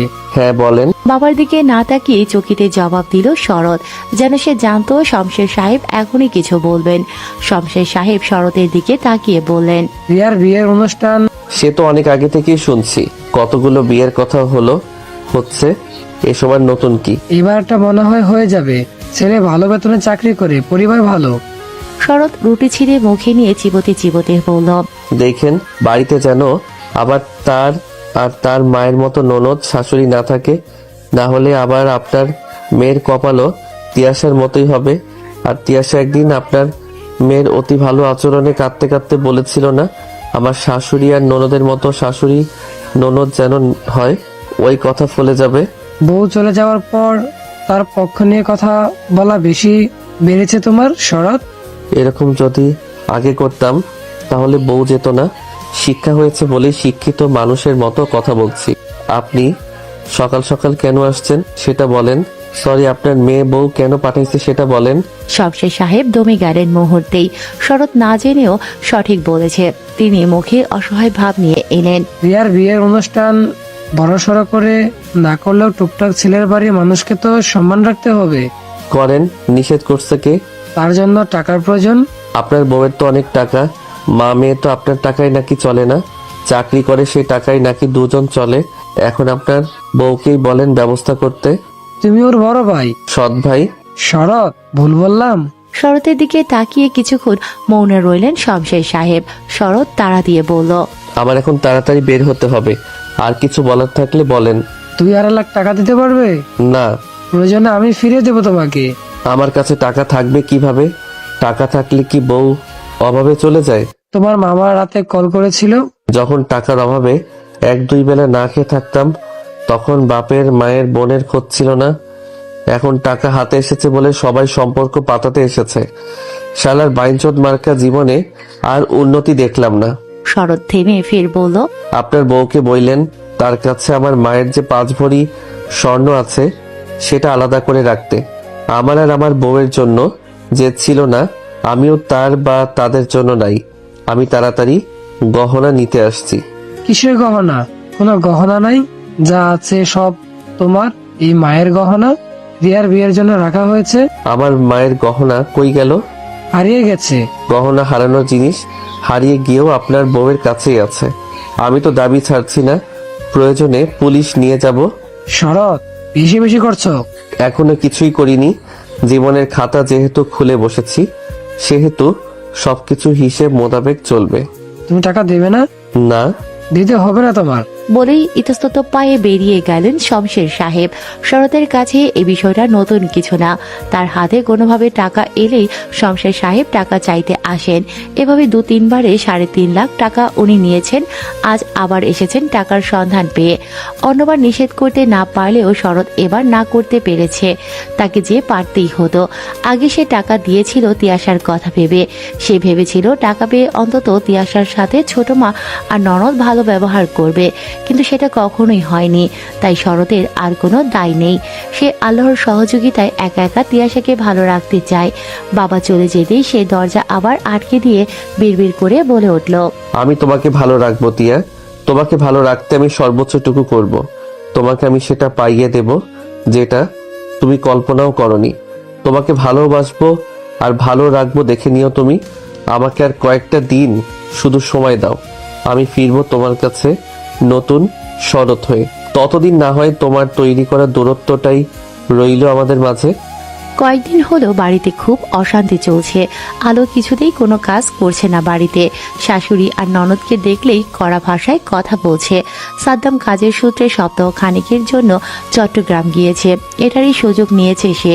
যদিও সাদ্দাম প্রতিদিন বোনের কাছে ফোন করে জানতে চায় বাড়ির পরিবেশ সম্পর্কে। তিয়াশারও মিথ্যে বলতে হয় ভাইয়ের সংসার বাজাতে। এই কদিনে যে পরিমাণ অশান্তি, শারীরিক মানসিকভাবে আঘাত হচ্ছে, সে তাতে শরীর আর সায় দিচ্ছে না। না তার। মায়ের বয়স হয়েছে, এ বয়সে এসে যদি মেয়ের জন্য বিপদে পড়ে, মাকে বাড়ির সব কাজ করতে হয়, তাহলে সেটা মোটেও ভালো দেখায় না। তিয়াশা নিজে বসে থেকে নিজের মাকে এই অবস্থায় সংসারের সব কাজ কিভাবে করতে দেবে? কোন মেয়ে কি তার মায়ের এমন অবস্থা দেখতে পারে? তিয়াশাও পারেনি। মা হাজারবার নিষেধ করা সত্ত্বেও মাকে কাজে সাহায্য করে। সকাল সকাল রান্নার কাজে সাহায্য করায় কদিন হলো প্রচুর ঠান্ডার সমস্যা হচ্ছে তার।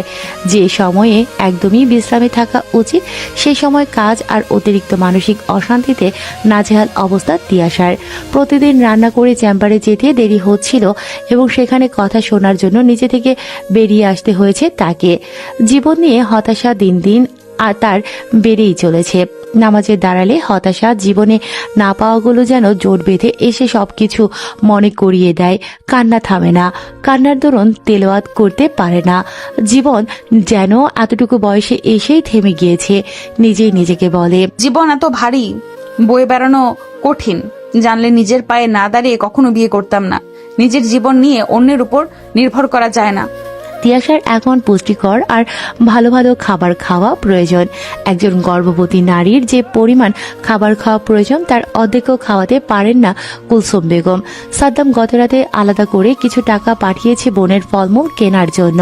কুলসুম বেগম সকাল সকাল ফ্রিজ থেকে একটু মাংস বের করে ভালো করে কষিয়ে রান্না করেছেন। আলো একটা বারের জন্য রান্নাঘরে উকি পর্যন্ত দেয়নি। খাবার টেবিলে খেতে এসে বাটিতে মাংস দেখে কুলসুম বেগমকে উদ্দেশ্য করে বলে উঠল, মেয়েকে ভালো খাওয়াতে কি এখন ছেলেকে ফকির করার পায়তারা করতেছেন?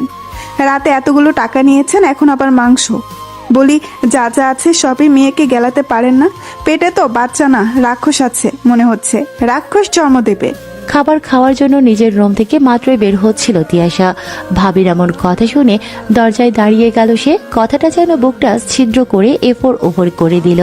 মুহূর্তেই টলমল হয়ে উঠল তার চোখ।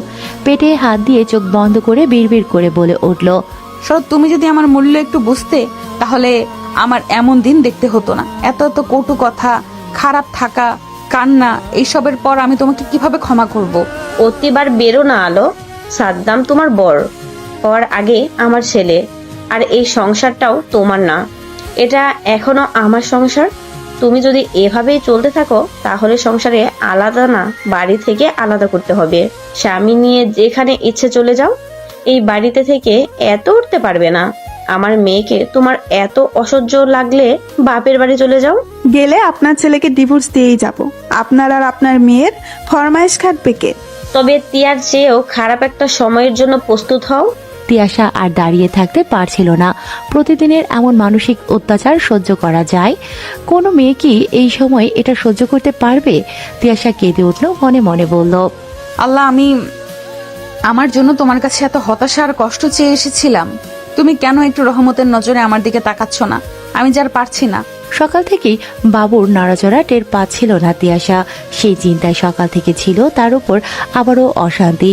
হঠাৎই পেটে অসহ্য যন্ত্রণা অনুভব করলো সে। এক মুহূর্তের জন্য ঘেমে অস্থির লাগতে শুরু করলো। জোরে মাকে ডেকে বলল, মা, বাঁচাও। বাচ্চা নষ্ট হয়ে যাওয়ার আশঙ্কায় তিয়াশাকে নিকটস্থ হসপিটালে ভর্তি করা হয়েছে। তিয়াশার মা কুলসুম বেগম প্রতিবেশী হারুন মিয়ার গাড়ি করে একা একাই মেয়েকে হাসপাতালে নিয়ে এসেছেন।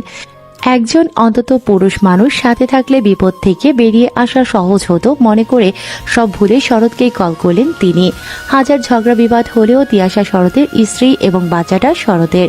সবকিছুর ঊর্ধ্বে গিয়ে বাচ্চার উপর শরতের অধিকার সবচেয়ে বেশি। বাচ্চার ভালো মন্দ দেখার দায়িত্ব সবচেয়ে বেশি তারই। শরৎকে কল করে জানানোর সাথে সাথে শরৎ সব কাজ ফেলে হাসপাতালে ছুটে এসেছে। ছুটতে ছুটতে দোতলার করিডোরে শাশুড়িকে দেখে দাঁড়িয়ে গেল সে। হাঁপাতেই জিজ্ঞেস করলো, আম্মা, টিয়ার কি অবস্থা এখন? ও ঠিক আছে তো? আম্মা, ওর কিছু হয়নি তো? কুলসুম বেগম বসা থেকে দাঁড়িয়ে তিয়াশাকে রাখা কেবিনের দিকে ইশারা করে বললেন, এখনো তো বাবু হওয়ার সময় অনেক বাকি। ইয়াশা বলছিল সকাল থেকে বাবু নড়ছিল না, আর পেট ব্যথা সহ্য করতে পারছিল না। হঠাৎ এমন কেন হলো বুঝতে পারছি না। ওকে ওখানে নেওয়া হয়েছে, ডাক্তার দেখছে। জানি না কি হবে। আল্লাহ এবারের মতো বিপদ থেকে রক্ষা করলে শান্তি পেতাম।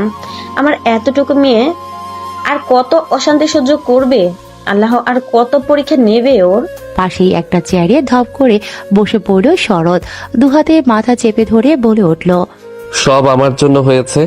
আমি যদি তিয়ার কথা শুনতাম, ওর কথা ভাবতাম, তাহলে আর এমন হতো না। শুধু তুমি, তোমার গাছাড়া স্বভাব, বাবার মৃত্যু, বাড়িতে ভাইয়ের বউয়ের কড়া কথা, আমার কিছু করতে না পারা, বাড়ির কাজের জন্য মেয়েটার চাকরি পর্যন্ত ছেড়ে দিয়েছে। তার এমন বিপদ হবে না তো কার হবে? তুমি বিয়ের আগে কি বলেছিলে? তোমার শরীরে রক্ত বিক্রি করে হলেও আমার মেয়েটাকে তুমি ভালো রাখবে। বিয়ের আগেই তোমার বিভিন্ন খারাপ স্বভাব সম্পর্কে জেনেও তোমার কাছে আমার মেয়েকে বিয়ে দিয়েছিলাম, কারণ আমার মেয়ে তোমাকে ভালোবেসেছিল। শরৎ, 3-3.5 বছর তো কম সময় ছিল না ভালো কিছু করার জন্য। তবুও কেন নিজের কথা রাখলে না তুমি? আমার মেয়ের চাহিদা তো খুব বেশি ছিল না, তুমি কেন পুরুষ হয়ে উঠলে না? কাপুরুষের মতো স্ত্রীর ভরণ পোষণের দায়িত্ব নিতে পারলে না বলে বাপের বাড়িতেই রেখে দিলে। আমার মেয়েকে খুব ঠকিয়েছো তুমি। শরৎ মুখ তুলে চাইল, কিছুক্ষণ নীরব চোখে চেয়ে রইল কুলসুম বেগমের দিকে, পরক্ষণে হাত জোর করে বলল, আম্মা, আর একটা বার আপনার মেয়েকে আমাকে দিবেন, এবারই শেষ। আমি যদি ওকে ভালো রাখতে না পারি, আমি আপনাকে কথা দিচ্ছি, আমি আমার এই মুখ আপনাকে কখনো দেখাবো না। আমি নিজেই তিয়াকে মুক্তি দেব না, এই অবধি আমি আসতেই দেব না। আমি ওকে এবার আর কোনো কিছুর অভাব বুঝতে দেব না। আমি কেন বারবার নিজের কথাতেই হেরে যাওয়ার কথা বলে ফেলি? আমাকে তো তিয়ার জন্য হলেও জিততে হবে। আমি ওকে ভালো রাখবো, কারো কোনো বাজে কথা শুনতে হবে না ওকে। শরৎ থেমে পুনরায় হড়বড়িয়ে বলে উঠল, আম্মা, আমাকে আর একটাবার সুযোগ দিন প্লিজ। ওর কোনো অভাব হবে না এবার থেকে। খাবার, পোশাকের, ভালোবাসার বা সম্মানের কোনো কিছুর অভাব হবে না ওর।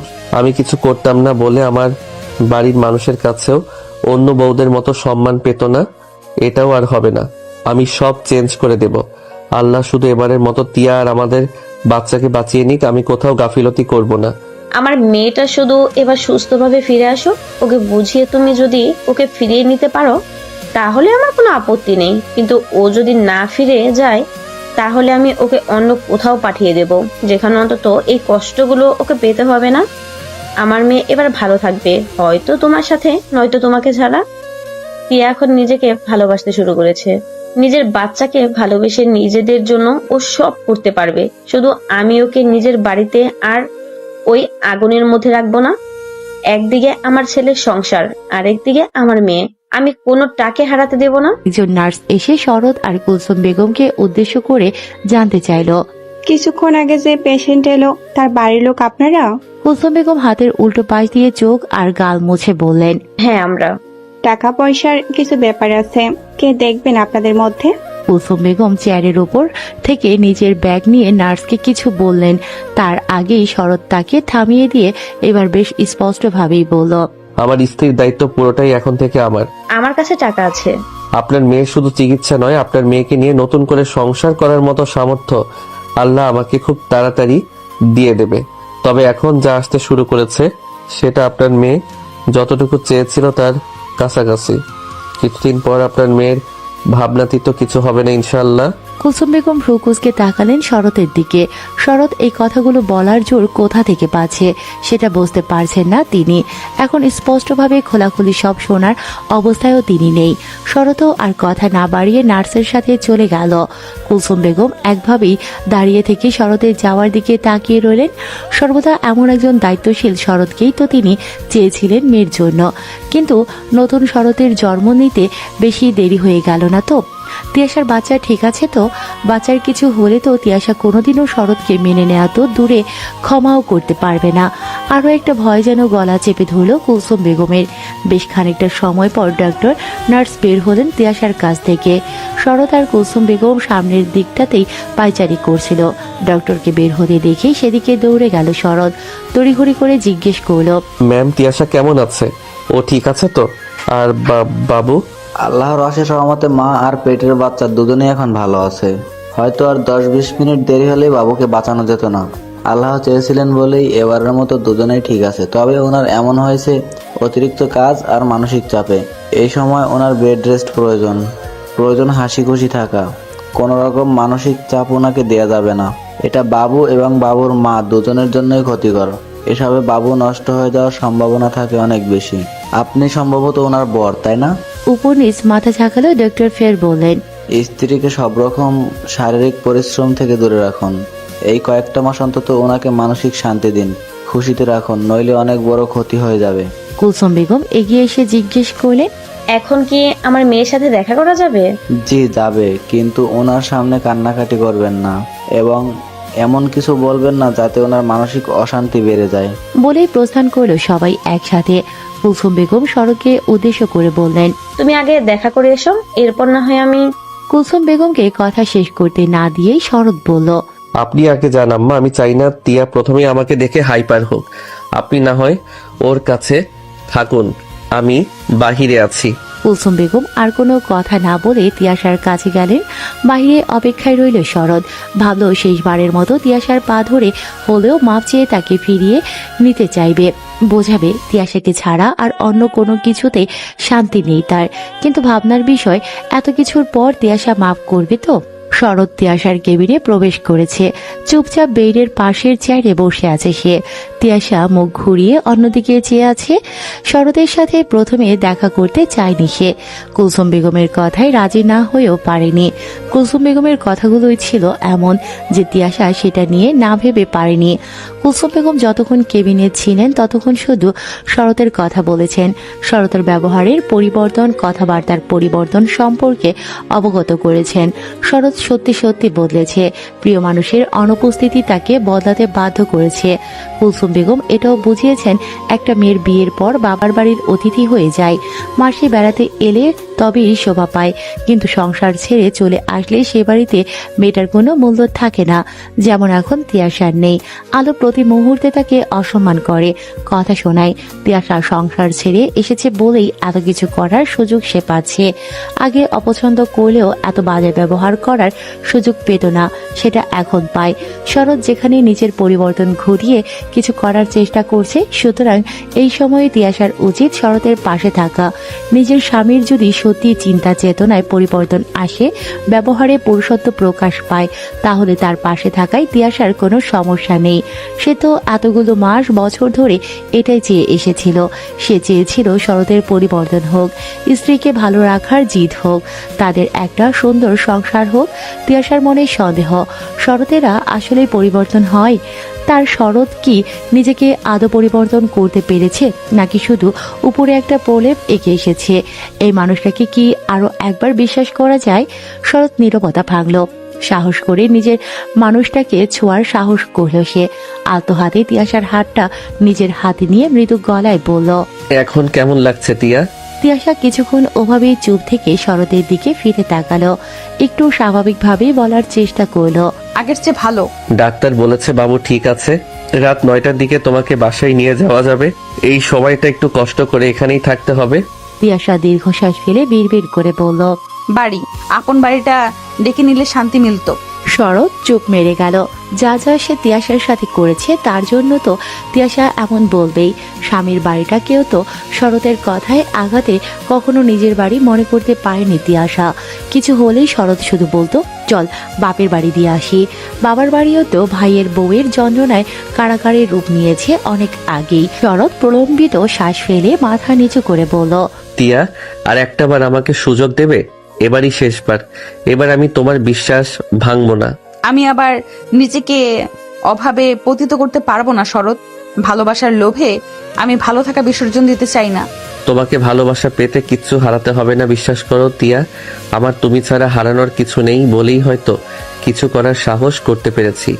তুমি ছাড়া টাকার মূল্য আমার কাছে শূন্য। আমার সবটা শুধু তোমাকে ভালো রাখতে। তিয়া, আমি বিজনেস শুরু করেছি আমার যা ছিল সবটা দিয়ে। তুমি বিশ্বাস করবে কি, চেষ্টা করেছি বলেই হয়তো আল্লাহ আমাকে ফেরাননি। আমি উপার্জন করতে শুরু করেছি তিয়া। শরৎ প্যান্টের পকেট থেকে একটা ছোট্ট খয়েরি বক্স বের করলো।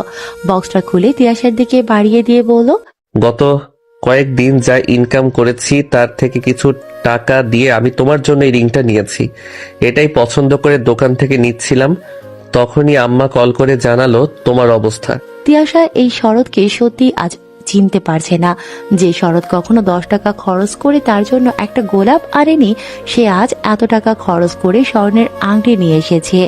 তিয়াশার চোখে মুখে অবিশ্বাসের ছাপ স্পষ্ট, অবিশ্বাস কম, আশ্চর্যের ছাপ বেশি। এটা সত্যি সেই শরৎ যে কিনা তার দায়িত্ব নেবে না বলে পালিয়ে বেড়াতো, অলসতা দেখাতো, আজ সে কিনা এসব করছে। এটা সত্যি সেই শরৎ। তিয়াশাকে চুপচাপ তাকিয়ে থাকতে দেখে শরতের চোখ টলমল করে উঠল, বুকে একটা ভয় জন্মালো। তিয়াশা আবারও ফিরিয়ে দেবে, তাকে বিশ্বাস করে আর কখনো ফিরবে না। ভারী হয়ে এলো তার কণ্ঠস্বর, বলে উঠল, তুমি ছাড়া আমার কেউ নেই তিয়া, প্লিজ আমাকে মায়ের মতো করে একা করে দিও না। আমাকে একটাবার বিশ্বাস করো, আমি আর একা থাকতে পারছি না। আমাকে একটা সুযোগ দাও তিয়া, ফিরে চলো আমার সাথে। কোথায়? তোমার বাড়িতে? আবার কখনো কিছু হলে আমাকে বাড়ি ছাড়তে বাধ্য করবে।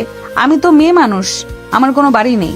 শরৎ তিয়াশার হাতটা শক্ত করে চেপে ধরলো, গলা খাদে নামিয়ে বলল, আমার যা কিছু আছে সবই তোমার, প্রয়োজনে আমি কাগজ করে দেব। তুমি প্লিজ শুধু তোমাকে আমার করে দাও। আমি আমার সবকিছুর পরিবর্তে তোমাকে চাই। আমি তোমাকে আমার অবস্থাটা কেন বোঝাতে পারছি না। গোটা 3.5 বছর তোমাকে বিশ্বাস করেই কেটেছে।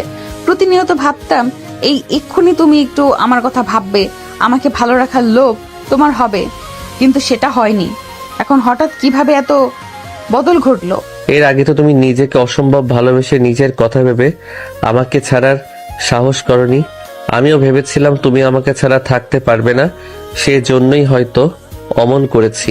কিন্তু এখন বুঝেছি সবাই সবাইকে ছাড়ার ক্ষমতা রাখে, শুধু ছাড়ার পর যে কষ্টটা হয় সেটা জিদ করে সহ্য করে যায়। আমি তোমাকে ছাড়া, তোমার ভালোবাসা, এই যে থেকে থেকে তোমার আলতো হাতে আমার গাল স্পর্শ, বুকে মাথা রাখা, তোমার হাসি, এসব ছাড়া আমার চলছে না। শুধুমাত্র তোমাকে পেতে আমি আমার সবকিছু বাজি ধরেছি।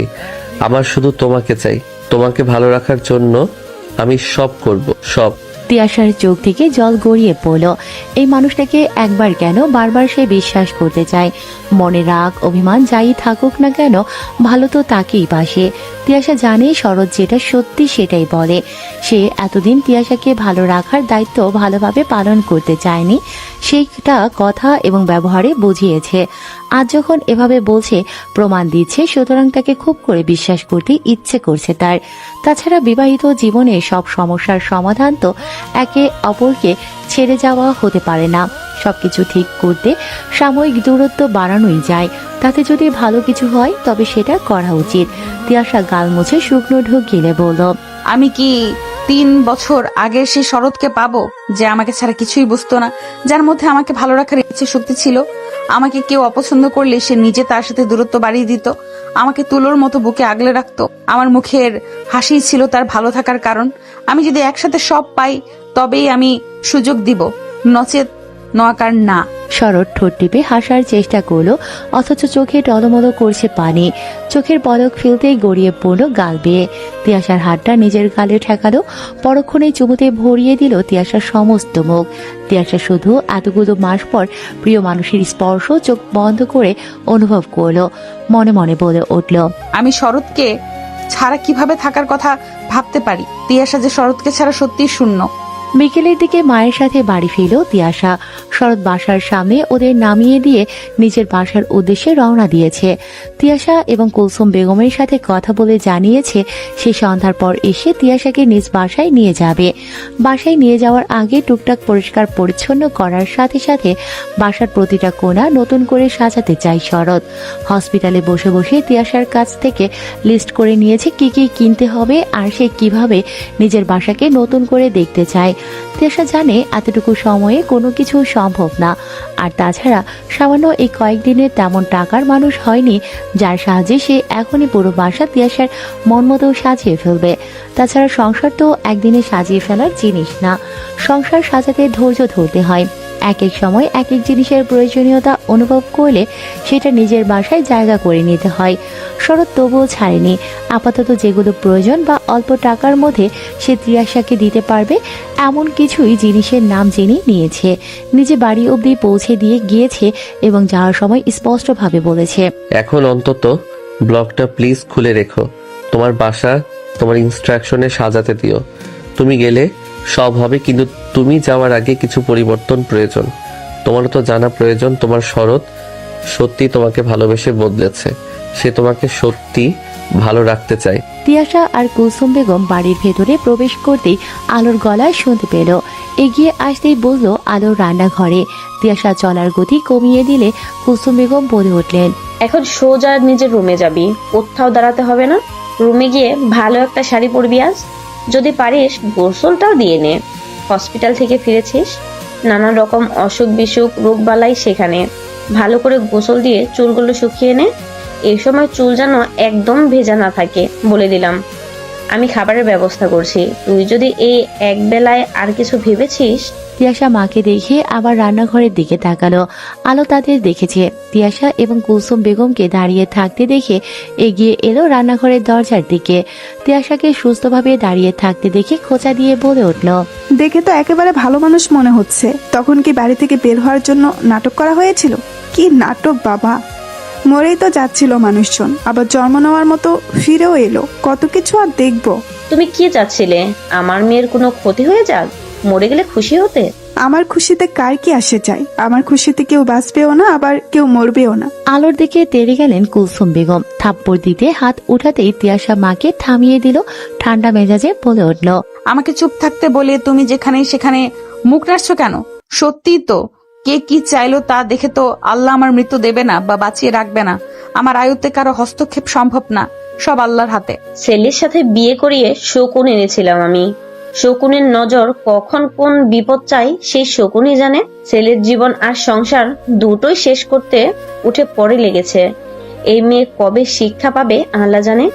একটা মেয়ে তার বাপের বাড়ির এসে থাকবে, সেটাই নাকি তার সহ্য হয় না। আরে তার স্বামী যে আমার ছেলে আর কারো ভাই, সেটাও ভুলে গেছে। আল্লাহ আছেন, প্রতিটা কথা আর কাজের ফলাফল এই মেয়ে পাবে। বাড়ির বই নাকি খারাপ? গিন্নের মুখ দিয়ে তো কত ভালো ভালো কথা বের হচ্ছে, তাই না? নিজের ছেলের বউকে শকুন বলা হচ্ছে, অভিশাপ দেওয়া হচ্ছে। যার অভিশাপ তারই লাগবে। সাদ্দাম আগে আসুক, বইয়ের দোষ শুধু দেখা যায়। এদিকে মা যে আরেক কাঠি উপরে, সেটা তো জানে না। তিয়াশা মায়ের হাত ধরে মায়ের ঘরের দিকে টেনে নিয়ে গেল। বলতে থাকলো, আম্মা জান কুল, দোয়া করো এবার যেন আমাকে ঠকতে না হয়। বিশ্বাস করো, শরৎ যদি সত্যিই বদলে যায় আর আমাকে ভালো রাখতে চায়, আমার মনের মতো হয়, তাহলে দুনিয়ার কাউকে আমি পরোয়া করব না। এক আল্লাহ ছাড়া আমি কাউকে নজরে আসতে দেব না। আর তোমার ছেলের বউ, আল্লাহ আছেন তার জন্য। আল্লাহকে আলাদা করে বলতে হবে না কিছু। তিনি সব দেখেন এবং জানেন, তিনি সবটা দেখে নেবেন। তুমি এসব নিয়ে আর কিছু বলবে না, তাকেও না আর ভাইয়াকেও না। আম্মা, আমি সব ভুলে সংসার করতে চাই, শরতের সাথে ভালো থাকতে চাই। সেটা যদি ভাগ্যে না জোটে তবে আমি দ্বিতীয়বার এ বাড়িতে ফিরবো না। আশা করছি এবার সব ঠিক হবে। আল্লাহ তোমার সহায় হোক। তবে মাথায় রাখবে, সব সময় সবাইকে ছাড় দিতে নেই। সবাইকে ছাড় দিলে নিজের প্রতি অবিচার করা হয়, আর সেটা এক প্রকার জুলুম। ছাড় দিতেই থাকলে তারা উড়তে থাকবে, উড়ে এসে এসে মাথায় ঠোকর বসাবে। তোমার উচিত নিজের হয়ে সব সময় লড়ে যাওয়া সবার সাথে। হ্যাঁ আম্মা, নিজেকে ভালোবাসতে শুরু করেছি আমি। নিজেকে আর ছোট হতে দেব না কোথাও। যাও, এবার তৈরি হও, গোসল করে সুন্দর একটু সেজো আস। আমার মেয়েটা অনেকদিন সাজগুজ দেখি না। তিয়াশা নিজের রুমের দিকে যেতে গিয়েও থেমে গেল। কণ্ঠ খাদে নামিয়ে শুধালো, আম্মা, আমিও বাড়িতে যেতে রাজি হয়ে ভুল করলাম না তো? পুরুষের পরিবর্তন সহজে হয় না, কিন্তু সেটা সত্যি কখনো হলে সেটা আজীবনের জন্য শুভকর হয়। তিয়াশা মায়ের কথা বুঝতে পারলো। আল্লাহর উপর ভরসা রেখে আরেকটা বার প্রিয় মানুষটাকে সুযোগ দেওয়ার কথা ভাবল সে। তিয়াশা গোসল শেষ করে ভেজা চুলে আয়নার সামনে এসে দাঁড়ালো। লাল টকটকে একটা শাড়ি পরেছে সে, আঁচল কাঁধের উপর উঠিয়ে নেয়া, উঁচু পেটটা উকি দিচ্ছে বারবার। কিছুক্ষণ পরপর ভেতর থেকে কেউ নিজের উপস্থিতি জানান দিচ্ছে। এক নজরে আয়নায় নিজের পেটের দিকে তাকিয়ে আছে তিয়াশা, মুখে মিটি মিটি হাসি। অন্য সময় পোশাকের উপর দিয়ে তার নিজের ভেতরে বেড়ে ওঠা প্রাণটার প্রতিচ্ছবি বুঝলো আজই প্রথম এভাবে দেখার সৌভাগ্য হলো তার। বেশ কিছুটা সময় এভাবেই কাটলো। ধীরে ধীরে চুল শুকিয়ে নিল সে, চুল আশ্রয়ে ছেড়ে রাখলো। মা বলেছে একটু সাজগোজ করতে। এই সময় আর কি সাজবে সে? হাতের কাছে যা পেল তা দিয়ে চোখে একটু কাজল আর ঠোঁটে হালকা লিপস্টিক দিল। বোঝার উপায় নেই সেভাবে। তিয়াশার তৈরি হওয়া অনেক আগেই শেষ। সন্ধ্যা পর কুলসুম বেগম একটা ছোট্ট বাটিতে পায়েস নিয়ে রুমে প্রবেশ করলেন। তিয়াশা নিজের প্রয়োজনীয় জিনিস জামাকাপড় গুছিয়ে নিচ্ছিল। মাকে পায়েসের বাটি হাতে দেখে দাঁড়িয়ে গেল। কুলসুম পায়েসের বাটি তিয়াশার হাতে দিয়ে বললেন, এটা খেয়ে নে তোমা, পরশুদিন খেতে চেয়েছিলি, এখন চলে যাবি। তোকে কিছু খাওয়ানোর সময় আবার সুযোগ হবে কে জানে। চল, যখন যা খেতে ইচ্ছে হবে শরৎকে বলবি, আর ঘরে বানানোর কিছু খেতে ইচ্ছে করলে অবশ্যই আমাকে জানাবি। আমি রান্না করে সোজা তোর বাড়ি গিয়ে হাজির হব। তিয়াশা এক চামচ পায়েস মুখে নিয়ে তৃপ্তিতে চোখ বন্ধ করে নিল, বলল, পায়েসটা মুখে নিয়ে বুঝলাম কেন আমার তোমার হাতের পায়েস এত খেতে ইচ্ছে হচ্ছিল। তোমার হাতের পায়েসের সাথে কোনো কিছুর তুলনা হয় না। পেট ভরে খেয়ে নে মা, লাগলে বলবি আরো আছে। বাহির থেকে ভরাট পুরুষালী কণ্ঠস্বর ভেসে এলো, তাতেই একটা নাম, তিয়া। তিয়াশা চোখে দিয়ে মায়ের দিকে তাকিয়ে বলে উঠল, শরৎ। শরৎ তিয়াশা রুমের ভেতরে প্রবেশ করল।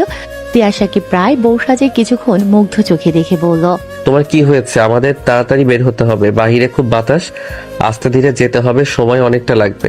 তিয়াশা মায়ের দিকে তাকাতেই কুলসুম বেগম বলে উঠলেন, টিয়া রেডি আছে, কিন্তু না খেয়ে তো যেতে দিচ্ছি না আব্বা। এখন বাসায় গিয়ে দুজন আবার কি খাবে, তার চেয়ে ভালো হবে এখান থেকে খেয়ে যাও, আর কিছু খাবার নিয়ে যাও। আগামী কাল থেকে রান্না বান্না করে খেও, আজ আর এসবের চিন্তা করতে হবে না। তিয়াশা পায়েসটুকু শেষ করে পায়েসের বাটি বাড়িয়ে দিয়ে মাকে উদ্দেশ্য করে বলল, আর একটু দেবে? দুজনে বস, আমি দুজনের জন্যই নিয়ে আসছি। কুলসুম বেগম বেরিয়ে যেতেই শরৎ তিয়াশার দিকে এগিয়ে গেল। বাহিরের দিকে একবার উকি দিয়ে ফিস ফিস করে বলল, তাড়াতাড়ি চলো, তোমার জন্য নিজের হাতে বিরিয়ানি রান্না করেছি, আমার ভীষণ ক্ষুধা পেয়েছে, একসাথে খাবো বলে আমি এখনো টেস্ট করিনি। মাকে বলো কোনো খাবার দিতে হবে না। তুমি রান্না করেছো? হ্যাঁ, তুমি পছন্দ করো বলে নিজে রান্না করেছি। তাহলে বাসা কে গুছিয়েছে? বন্ধুরা এসেছিল, ওরা নিজেরাই সব করে দিয়েছে, পরিবর্তে টাকাও খসিয়েছে প্রচুর। বাসায় চলো, দেখতে পাবে সব। তোমার রুম তুমি যেভাবে চেয়েছিলে সেইভাবেই সাজানোর চেষ্টা করেছি, ওখানে সব তোমার মন মতো হবে সব। তিয়াশা এক পলকে শুধু চেয়ে রইল শরতের দিকে। এই মানুষটা তাকে অসম্ভব ভালোবাসে সেটা জানে, কিন্তু এই যে ভালো রাখার তাগিদ, সেটা আগে মানুষটার মাঝে সে দেখেনি। তিয়াশা নিজেকে ভালোবেসে দূরত্ব বাড়িয়েছিল, তার জন্যই বোধহয় শরৎ তার গুরুত্বটা বুঝেছে। তিয়াশাকে চুপ থাকতে দেখে শরৎ তিয়াশার হাত দুটো নিজের হাতের মুঠোয় নিয়ে আলতো গলায় বলে উঠল, আমাকে বিশ্বাস করতে পারছো না? বিশ্বাস করো, আমি সে আগের শরৎ আর নেই। তোমার সাথে সাথে আমাদের অনাগত সন্তানকে ভালো রাখার জন্যেও আমি পরিশ্রম করছি। আমি তোমাকে বিশ্বাস করি শরৎ, আগেও করেছি, এখনো করি। তোমার বিশ্বাসের দাম আমি দেব তিয়া, তোমাকে আমি মাথায় করে রাখবো। কিন্তু আমি যে এই বুকে থাকতে চাই। শরতের বুকের দিকে ইশারা করে কথাটা বলল তিয়াশা। শরৎ মুস্কি হেসে বলল, এই বুক কেন, এই মানুষটাই তো তোমার, এই মানুষটার সবটা জুড়ে শুধু তুমি। তোমাকে খুব ভালোবাসি তিয়া। আমি বাবা নিজেকে ছাড়া কাউকে ভালোটালো বাসি না। শরৎ তিয়াশাকে টেনে নিজের বুকের সাথে জড়িয়ে নিয়ে বলল, তুমি তোমাকেই ভালোবাসো, আর এই যে তুমি তোমাকেই ভালোবাসো বলেই তো আমি তোমাকে নতুন করে আরো বেশি করে ভালোবাসতে পারলাম। কুলসুম বেগমের কাছ থেকে বিদায় নিয়ে তিয়াশাকে নিয়ে বের হচ্ছিল। সাদ্দাম বাসায় নেই সেটা শরৎ আগে থেকেই জানতো। অনেকক্ষণ ধরে এ বাসায় আসার পরও আলোকে দেখতে না পেয়ে তার ব্যাপারে জানতে তিয়াশা জানায় আলোর সাথে একটু ঝামেলা হয়েছে। শরৎ আর আগ্রহ দেখায়নি। তিয়াশাকে নিয়ে বের হওয়ার সময় তিয়াশার হাতে থাকা সামান্য পার্স ব্যাগটাও শরৎ তিয়াশার থেকে নিয়ে নিল। আলো তার নিজের রুমে দরজার সামনে থেকে বলে উঠল, বউয়ের জন্য দেখছে দরদ উতলাই পড়ছে। এত দরদ থাকা সত্ত্বেও মানুষজন কেন যে বউ বাপের বাড়ি ফেলে রাখে? বউ যেহেতু দরদ তো উতলাই পড়বেই, ভাবি হলে হিংসার দেখতে না পারা স্বভাব উতলাতো, আর বউ রেখেছিলাম, নিয়ে যাচ্ছি। আমার জিনিস বলে কথা, কারো কালো মুখ দেখতে আর রাখতে পারছি না। ভাবি, মুখ সামলে কথা বলো শরৎ। আপনিও একটু দেখে শুনে কথা বলুন ভাবি, আমি তিয়া নই। ভাইয়ের সংসারে শান্তি আনার দায় আমার নেই। আমার দিকে ইট মারলে পাটকেল খেতেই হবে। আমি তিয়াশার মতো মুখ বুজে সহ্য করে যেতে তো পারবো না। আপনি সম্পর্কে আমার বড়, অথচ ছোট বোন হলে ঠাটিয়ে দুই গালে দুইটা থাপ্পড় মেরে সোজা মানুষ বানিয়ে দিতাম এমন অমানুষ থেকে। বাড়ির জামাই হয়ে অনেক বেশি কথা বলছো, অনেক বড় বড় কথা বের হচ্ছে মুখ দিয়ে। আমি না হয় বাড়ির খারাপ জামাইয়ের পরিচয় দিচ্ছি, কিন্তু আপনি তো পাড়ার কুচুটে মহিলাদের পরিচয় দিচ্ছেন। বাড়ির সবাইকে একসাথে নিয়ে কিভাবে সংসার করতে হয় সেটা তো আপনার মতো মহিলা জানবেই না। আপনি কিন্তু বেশি বেশি কথা বলছেন। আপনি নিজের মুখ সামলান। আমাকে যা বলেছেন বলেছেন। শরতের সাথেও খারাপ ব্যবহার করতে আপনার বাচ্ছে না। নিজেকে আর কত নিচে নামাবেন আপনি? আল্লাহর গজব আসবে আপনার উপর খুব তাড়াতাড়ি। ননদরা নাকি ভাবির সাথে ভালো থাকা কেড়ে নেয়, আর আপনি? ও আচ্ছা, ভাবি হিসেবে তো ননদের খারাপ করছেনই, ননদ হিসেবেও কি তাই করেন নাকি? আমার ভাই আমার সাথে সংসার কিভাবে করছে কে জানে? আপনার মুখের ভাষা যে কটা।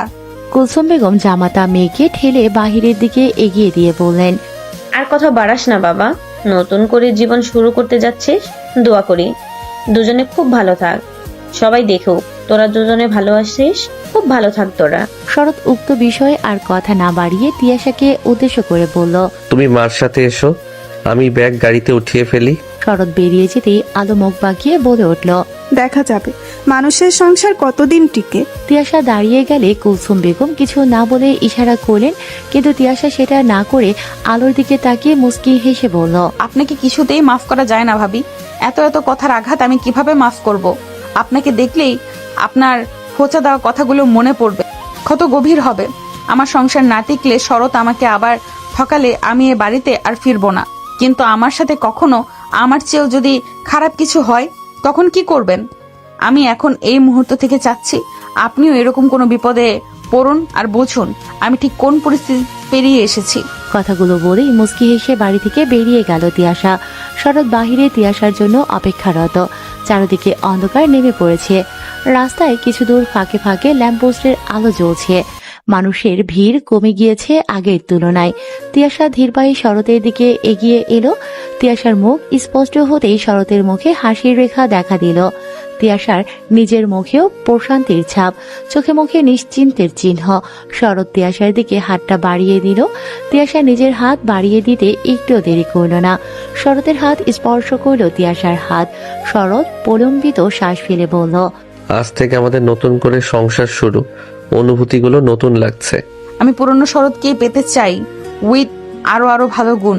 অবশ্যই ম্যাম, বাড়ি চলুন, শুধু কোনো অভিযোগ করার সুযোগ দেব না। তিয়াশা শরতের দু চোখে কিছুক্ষণ চেয়ে রইল, তারপর আলতো গলায় বলল, ভালোবাসি শরৎ। কিন্তু আমার মহারানী তো নিজেকে ভালোবাসে। তুমি তো আমার নিজেরই, নিজেকে নিজের মানুষকে না ভালোবাসে। সমাপ্ত। শেষ হয়েও হলো না শেষ। তারা আবারও আসবে, আবারও সূচনা ঘটবে তাদের গল্পের। যারা শুনবেন তারা রেসপন্স করার চেষ্টা করবেন।